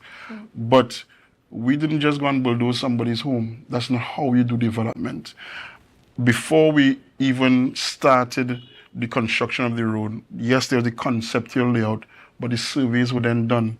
And we did the topographical surveys. We got all of the levels, so we knew how the road was going to be slanted. Everything was done before we started just digging. You don't just jump in and say, I'm going to build a road here, and you bring an excavator and a bulldozer and you start. That's not how you do development. And as much as we would love to see the Friendship Connector Road, as much as it is necessary, it was never an emergency one. If traffic is an emergency, then the Minister of Works, Rohan Sinanan, could go to Trinidad now and say there's an emergency and build roads all over Trinidad, because there's traffic there all the time. There have been 2 carnivals, Tobago carnivals, since the emergency of Tobago Carnival, and they have gone on with the hiccups, but they have gone on without the road being built. So I don't know that it is justified to build the road because of the traffic of Tobago Carnival. So let's take that off of the table. So one, we were going to have a dual carriageway that we were not going to have to pay for. So this, now, as much as the road we may say it costs $70 million, because it's a design build finance, there is going to be some level of interest as well. I don't know if you have been told, I'm not sure the public has not been informed, what is the rate of interest? So the repayment could be $80 million, it could be $90 million, depending on what the rate of interest is. We don't know, and I wish we knew. So there has been a major deviation from the plan. And the road was not going to the back of the airport. That was one consideration, but there were also considerations to do some more land acquisition to widen Storby Local Road as well. So we were at the place at the time of looking at what would be most feasible. And again, the layout would have been done, surveys would have been done before we started. We now have a situation where a road is being built, and day by day, and even the secretary, when he did his live, he was talking about ongoing negotiations. That's not how you do things, and that's why they're in court again. Now, do we want to be in court? Do we want to get the teachers in court? No, because that's taxpayers' money again that is being spent, that could have been spent to do other things.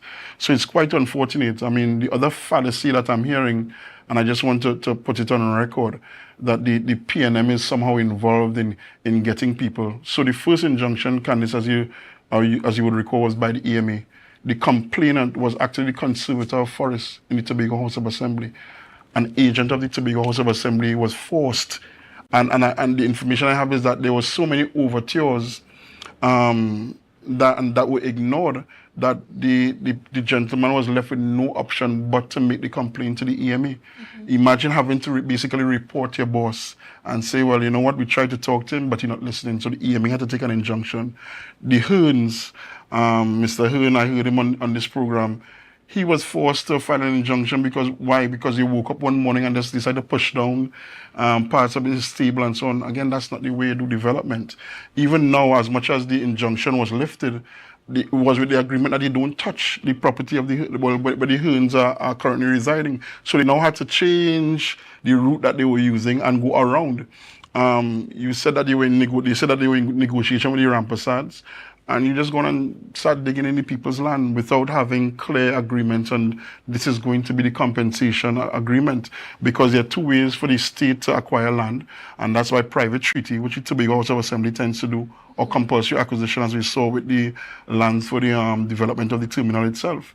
Compulsory acquisition is a longer process, and they were engaging in private treaty, which is all well and good. And now the Ramparsides were forced to bring an injunction to stop, because what was being done was crazy. Could you imagine that? And it was the interesting thing, this land was being proposed or touted for resort. So, and by this very administration. So we say, yes, we want to develop a resort here, and then you go dig and pass a road through the land. To pass a road through the land, that's not how it's done. And again, that lack of maturity and respect, because I know of situation, even with the road from Sanksasil to Dutch Fort, where there was encroachment on people's lands. I mean, it didn't get as far as now, but we're seeing what's happening. And to hear that the PNM is behind even the latest injunction is laughable. We have Anand Logan, who is known for his campaigns against the PNM as a representing attorney in senior counsel. And so to say that the PNM somehow convinced the Ramparsides to engage Anand Logan, who hates the PNM, to bring an injunction is ludicrous. And again, the secretary is a great storyteller. And we've read some great stories in our time. It doesn't mean that there's a great big white whale out there called Moby Dick. So we need to move away from that type of governance where we're just governing by VAPs.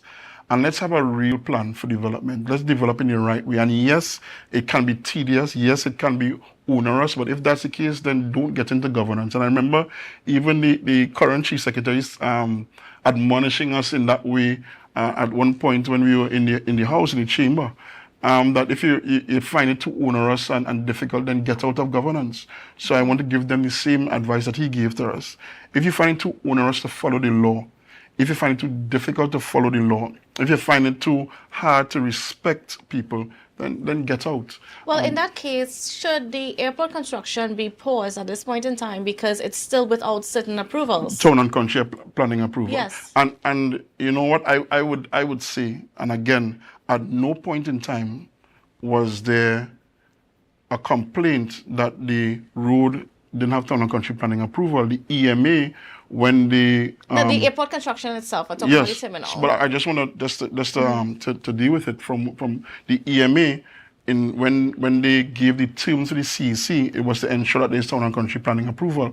Now, if there's a complaint lodged by the EMA and it requires town and country planning approval, then so be it. Let the law be followed, and it won't be the first time, as I said, that people have been found wanting. And I think the best person, and that's why I said bring on the president of NITCO, because I'm not seized with all of the information at this point in time. I don't know if there are applications in, if there was outline approval. I can't say that at this point in time. But if I'm always the person to say, once the court gets involved, once the law gets involved. I remember when we were doing Charlottesville, the mini mall there, and we know the challenges there, that there were many. I remember as a student at university coming in and doing some surveys and talking to people, and then I had to be the secretary. I guess that's the Lord has his sense of humor to finish that project and to deal with Mr. Hercules. And the interesting thing about it is that Mr. Hercules was granted a piece of land, I think 9 by 9 or something like that. And it was said that we were encroaching on his land. And in the end, Mr. Hercules built a shop that is now encroaching on the land of the mall. So I mean, these are the things that happen. And when we brought it up with town and country planning, they said, well, works here, all the infrastructure, all deal with that.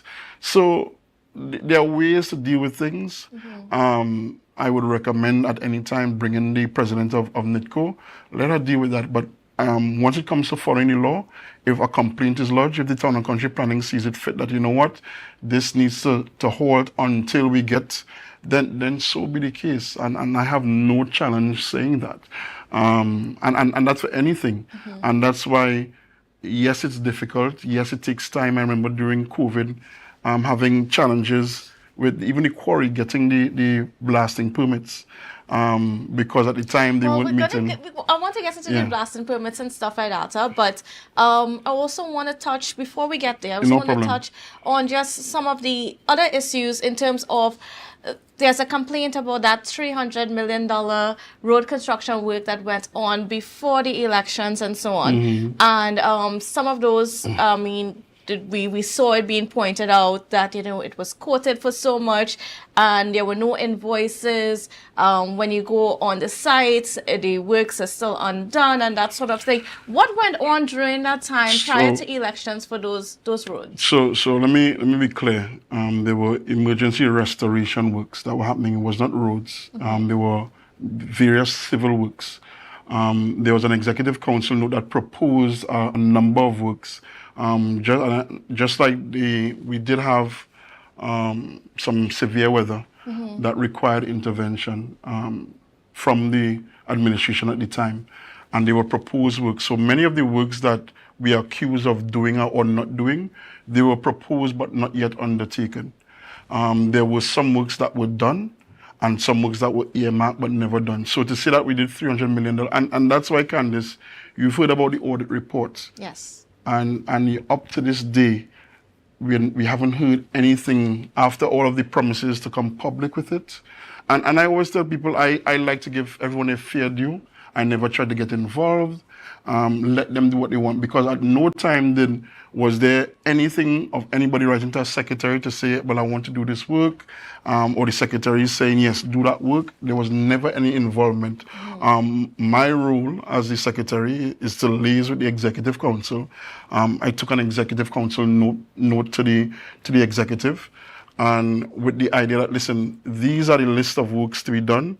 These are the estimated costs, which is what they're touting now, the $300 million.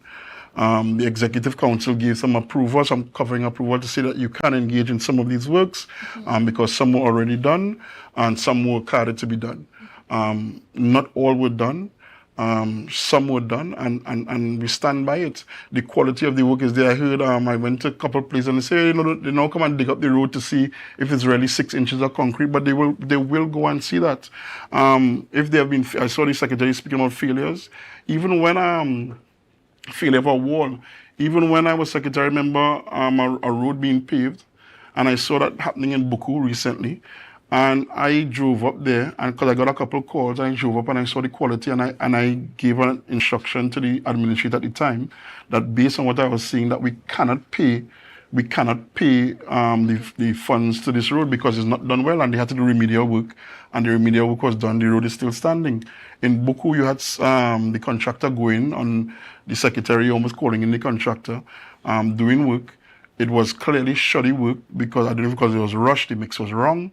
And then almost a year later, or just under 2 years later, they had to do over the same road. That's not how work is done. So my thing is, I have no problem holding people accountable, and we could stand by that. The works have all been done, and they can all stand scrutiny. The rate of asphalt that we were paying for is far less. So I have no challenge standing by the works that we were doing, ensuring that, one, we engage Tobago contractors, and that we solve the issues of the people of Tobago, particularly where they were severely challenged. Because there were some issues when we went and we saw, for example, a house being undermined. You might think it's just the retaining wall to go in, but then we recognize that, you know what, and that happened in Mount St. George. The drain is actually dumping water into the house, so we had to fix the drainage network going towards that property. So there were many things, and I welcome the audit. I welcome the approach, because there's no benefit. I have built no big house. I have not migrated. I'm still right here and enjoying Tobago. But the reality is that we need to get serious about governance, and let's stop trying to gain political points or cheap political points. Submit the audit report, let the people of Tobago see what they have to see. All right, well, I'm going to take a pause right there because we got to go for a break. But viewers, we'll be back just after this. 10 minutes. Let's go. It's a brand new morning. Life is good with Zero. Zero interest for 6 months. Zero down payments. Zero stress payment plan. That's right. With Standards My Terms, we are putting the power of zero in your hands. Now, you can get that new sectional, fridge, stove, or TV for zero down. Pay zero interest later and enjoy a zero stress payment plan plus quick approval within 48 hours. Standards, never beaten on quality and prices.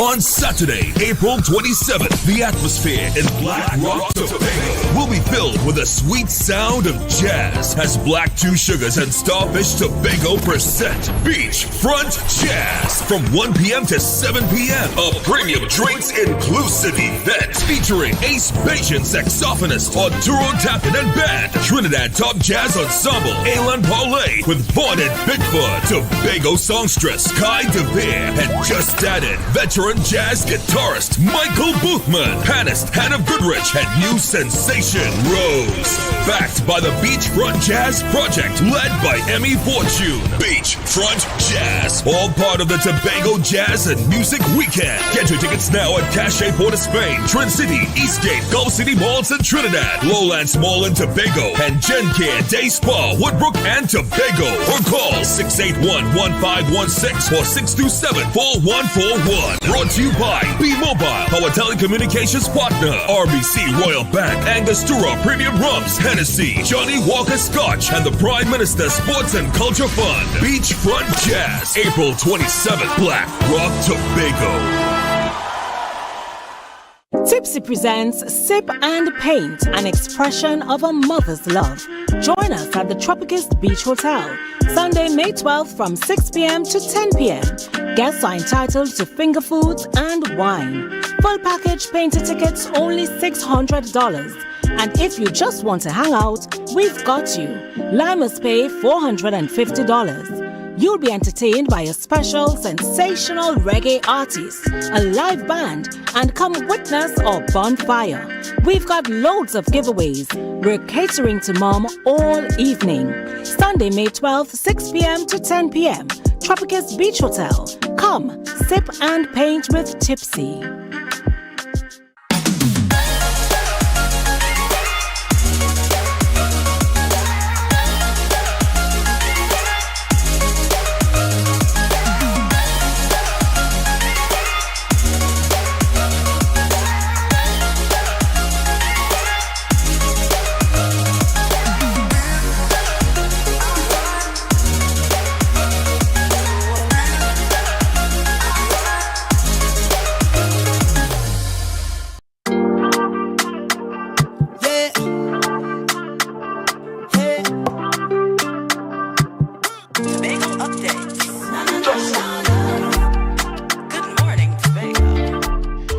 Good morning, Tobago. On Tobago Updates, viewers, we are continuing our conversations this morning with former Secretary of Infrastructure, Quarries and Environment, and that's Mr. Kwesi Devines.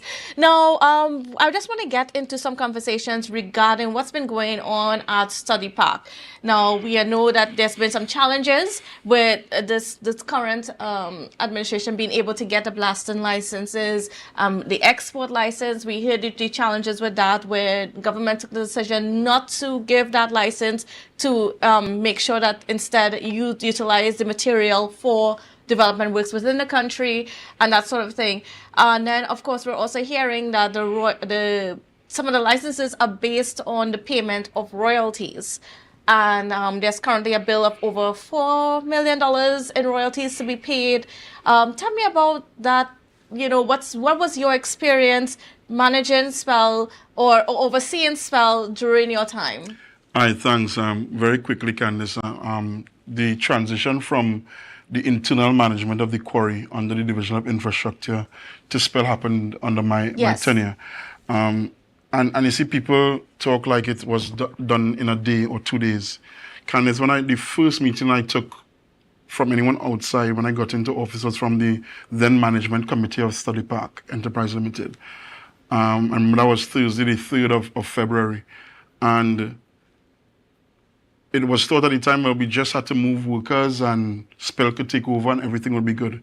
Candice, it took us until November of 2017 to complete negotiations with the union to start to get things going and moving from over 150 something workers at the quarry to 47 and then I think 63 workers. It took a lot of doing, and it was frustrating at times, yes, but we stuck it out and the results were there. We realized over 400% increase in productivity. We then went on to what the plans that we thought that were expired and past use. We were able to bring in a new cone on the Cedar Rapids plan that increased the productivity by I think 32%. We added another cone onto the Nordberg plant, increased the production by about 45% it was, so that we were able to increase production at the Study Park Enterprise Limited. We were also, at the time, I don't know if you recall, Candice, from 2016, there was a national clampdown on illegal quarrying. Yes. So it meant that everybody had to get in line, national quarries, everyone had to get in line. And Spell was also forced to get in line. And it meant then that we had to do, although the quarry was operating before, we had to get survey plans, we had to get the mining plan, we had to get all of the different, we had to get OSH compliant. And Candice, it was frustrating because I remember one time OSH said, well, your diesel tank is in a bad place, and we had to move the diesel tank from where it was for years, put it on a new platform. But we had to get these things done to be compliant. Now, currently, nationally, a mining license is granted. Yes, it's under the Minister of Energy, but there's the Director of Minerals as empowered by the Minerals Act. That's Act 61 of the year 2000. So there's now a Director of Minerals. And again, it lays out very plain what happens with all licenses, royalties. So you have your mining license and your blasting permits. A mining license is usually for a 5-year period. Blasting permit is usually for a one year period. And we would have submitted, and according to the law, you don't have to have a mining license in order to get a blasting permit. What you do have to have is an application submitted. And as long as you have submitted that application, you'll be considered for a blasting permit, which was the case in Study Park because there were still a couple of outstanding things. And I remember going through the frustration, as I was saying, during COVID to make sure we had the blasting permits. And it was not an easy thing. Even to get the export license, we always had to demonstrate, listen, this is the capacity of Spell. And it meant conversation at various levels to demonstrate that we had capacity to meet the local needs and the national needs and export as well. Mm-hmm. I remember when we did the rehabilitation of the Barbados Bay jetty, again, CC compliant, we exported to both St. Vincent and to Guyana. And the reality is, at a national level, after I think 2021, there were concerns after the, I think it was the Moruga, a lot of roads were destroyed, Miara Road, and there was a recognition that, listen, we need to hoard material in Trinidad and Tobago, and that's not just Tobago's quarry, but also the limestone quarries in Trinidad. And you know, when I heard that the visit of the Minister of Works and the Prime Minister to the quarry was cancelled, I said to myself, but if these are the people that you want to be your largest customer, because NITCO was one of our largest customers, taking out the armored rock from us and so on, because we work with them and we brought them in and said, listen, we have this capacity, we can guarantee you that we can deliver these things and so on. But in order to get the licenses, Candice, we had to pay up our royalties, and we had to pay back royalties as well for the years that the Division of Infrastructure at the time didn't pay. And that's just the law. Under the Act 40 of 96, royalties aren't mentioned. If it is we want to have that change, there's constitutional reform going on. Let's add that in as an adjustment. But we have to be mindful, the 4 million that we're talking about, if the THA collects that as revenue, just like they do with pay and so on, that's then netted off against the overall allocation. So not to say we're going to get more money from the royalties. So the whole talk about colonial tax, that's just nonsense. Everybody, even national quarries, which is the state quarry, pays royalties to ensure that they have their blasting permits. Every operating quarry, mining operation, anybody in the petrochemical sector, they pay, royalties are paid as per Act 61 of the year 2000. Should we have a situation where we continue to depend or or wait on permission, so to speak, from the Ministry of Energy and so on before we can, produce the rock and so on in Tobago? No, hold on. And I wanted to be clear. We can produce all we want to. So at present, if there was, so I don't know if you're familiar with the process. Blasting is to win the rock, as you say, called win the rocks, right? Not every quarry has to blast. Limestone can be much easier sometimes. But as long as you had a lot of material on the ground, you could be crushing material. The problem is blasting. And again, because there's a law, Candice, the law outlines the role of the Director of Minerals, the law outlines the role of the Mineral Advisory Committee, the law outlines the role of OSH, all of these agencies. It's not just a fly-by-night, Candice. We had to, even the transportation of explosives, we had to go through we had to liaise with the Minister of National Security, because you can't just have explosives being transported on the plane, somebody bring it up on a bag or in some suitcase. That's not how it's done. So there are a lot of conversations to even have the Coast Guard involved. So to say that should we be allowed, the last I checked, we are still the Republic of Trinidad and Tobago. We are governed by the laws of Trinidad and Tobago. And as much as the Tobago House of Assembly has a THA company in the mining business, we are still subject to the laws of Trinidad and Tobago. And we can't act as if we are separate and apart from the laws of Trinidad and Tobago. That is a recipe for anarchy and chaos. And that anarchy and chaos is why many multilateral agencies tend to distance themselves, because they don't operate in chaos. And it's sad to see when we have our leaders speaking as if they don't know the law and they're not familiar with the fact that there are laws. We had to follow the law the same way. We went through the same difficulty of acquiring export licenses because there's a process. Could the process be easier? Yes, but let's have that discussion. No, I mean, on the point of the export licenses, because you were able, under your tenure, you were still able to export to Guyana. On two occasions. About $300,000 US dollars worth of revenue came in from that. Now, of course, we know that we're not allowed to export right now. We have been able... To be clear, and that's a national situation. So even in limestone quarries, there are many large contractors from Trinidad operating in Guyana, and they as well can't export. They're not allowed to export. It's a national ban. But do you think, should we still be allowed? Should there be some mechanism? Because in a case where Guyana continues to be knocking on the door for the material that's at Study Park, shouldn't there be some provision for, to export to Guyana, get some foreign revenue and reinvest it back into areas? And Candice, I agree that the Tobago House of Assembly can be allowed to export as long as we are able to make the case that we are able to meet the demand locally. Now, the construction sector has ground to a halt in Tobago because we have been paying contractors. But as long as we are able to demonstrate that we can meet, because the worst thing, Candice, is to go back to the place where the truckers, and it started back recently, where truckers have to line up overnight to get aggregate. You don't want that. You're starving your local construction sector, because yes, we want to export and get funds. The reality is we have to be able to see about home first.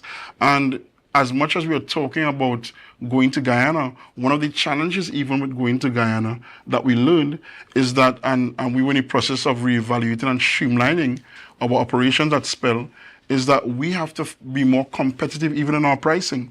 So even when I heard the Secretary speak about the opportunity or the potential, the information I have is that, the demand was in the hundreds of thousands, and at present they can't provide that on a reliable basis. So we have to become reliable, we have to become dependable, and ensure that we can meet local supply before we start talking about exporting. Because could you imagine a situation where people can't even get mixed aggregate to build their homes in Tobago?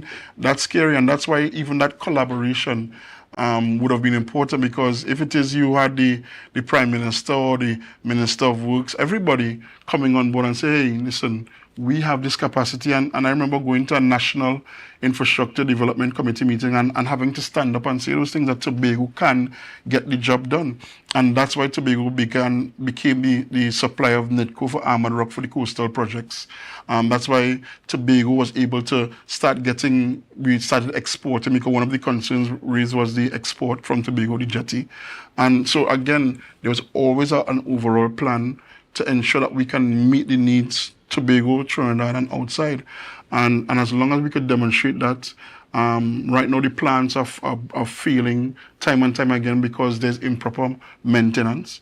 And we have to have proper management structure, which includes a competent manager and management and board. I don't know what's happening there. At Spell currently, there's not that. We don't have competent management at Spell. All right. Well, we are unfortunately coming around to the end of our conversation, but I want to thank you so much, Mr. Devines, for being able to be on with us and for just to share us some perspective on a whole lot of the matters that are within the space at this point in time. It's my pleasure, Candice. Of course, the conversation is not over. There's still so much to talk about. Probably if I wasn't denied that 10 minutes at the start, we probably could have spoken some more. But I look forward to a further conversation at any time. Certainly so much. All right, well, thank you again. And viewers, certainly thank you for being here with us. And I hope you all have a safe and wonderful day. And we see you again tomorrow. So bye for now. I say thanks for favor to wake up and hear my neighbor. 60,000 people strong, and the vibes is never wrong. We are beauty, we are power. We are people in the sun. We are beaches, we are rivers. We are melanated one. You're viewing Tobago Updates Television, your exclusive gateway to Tobago, broadcasting the beauty of this island paradise to the world.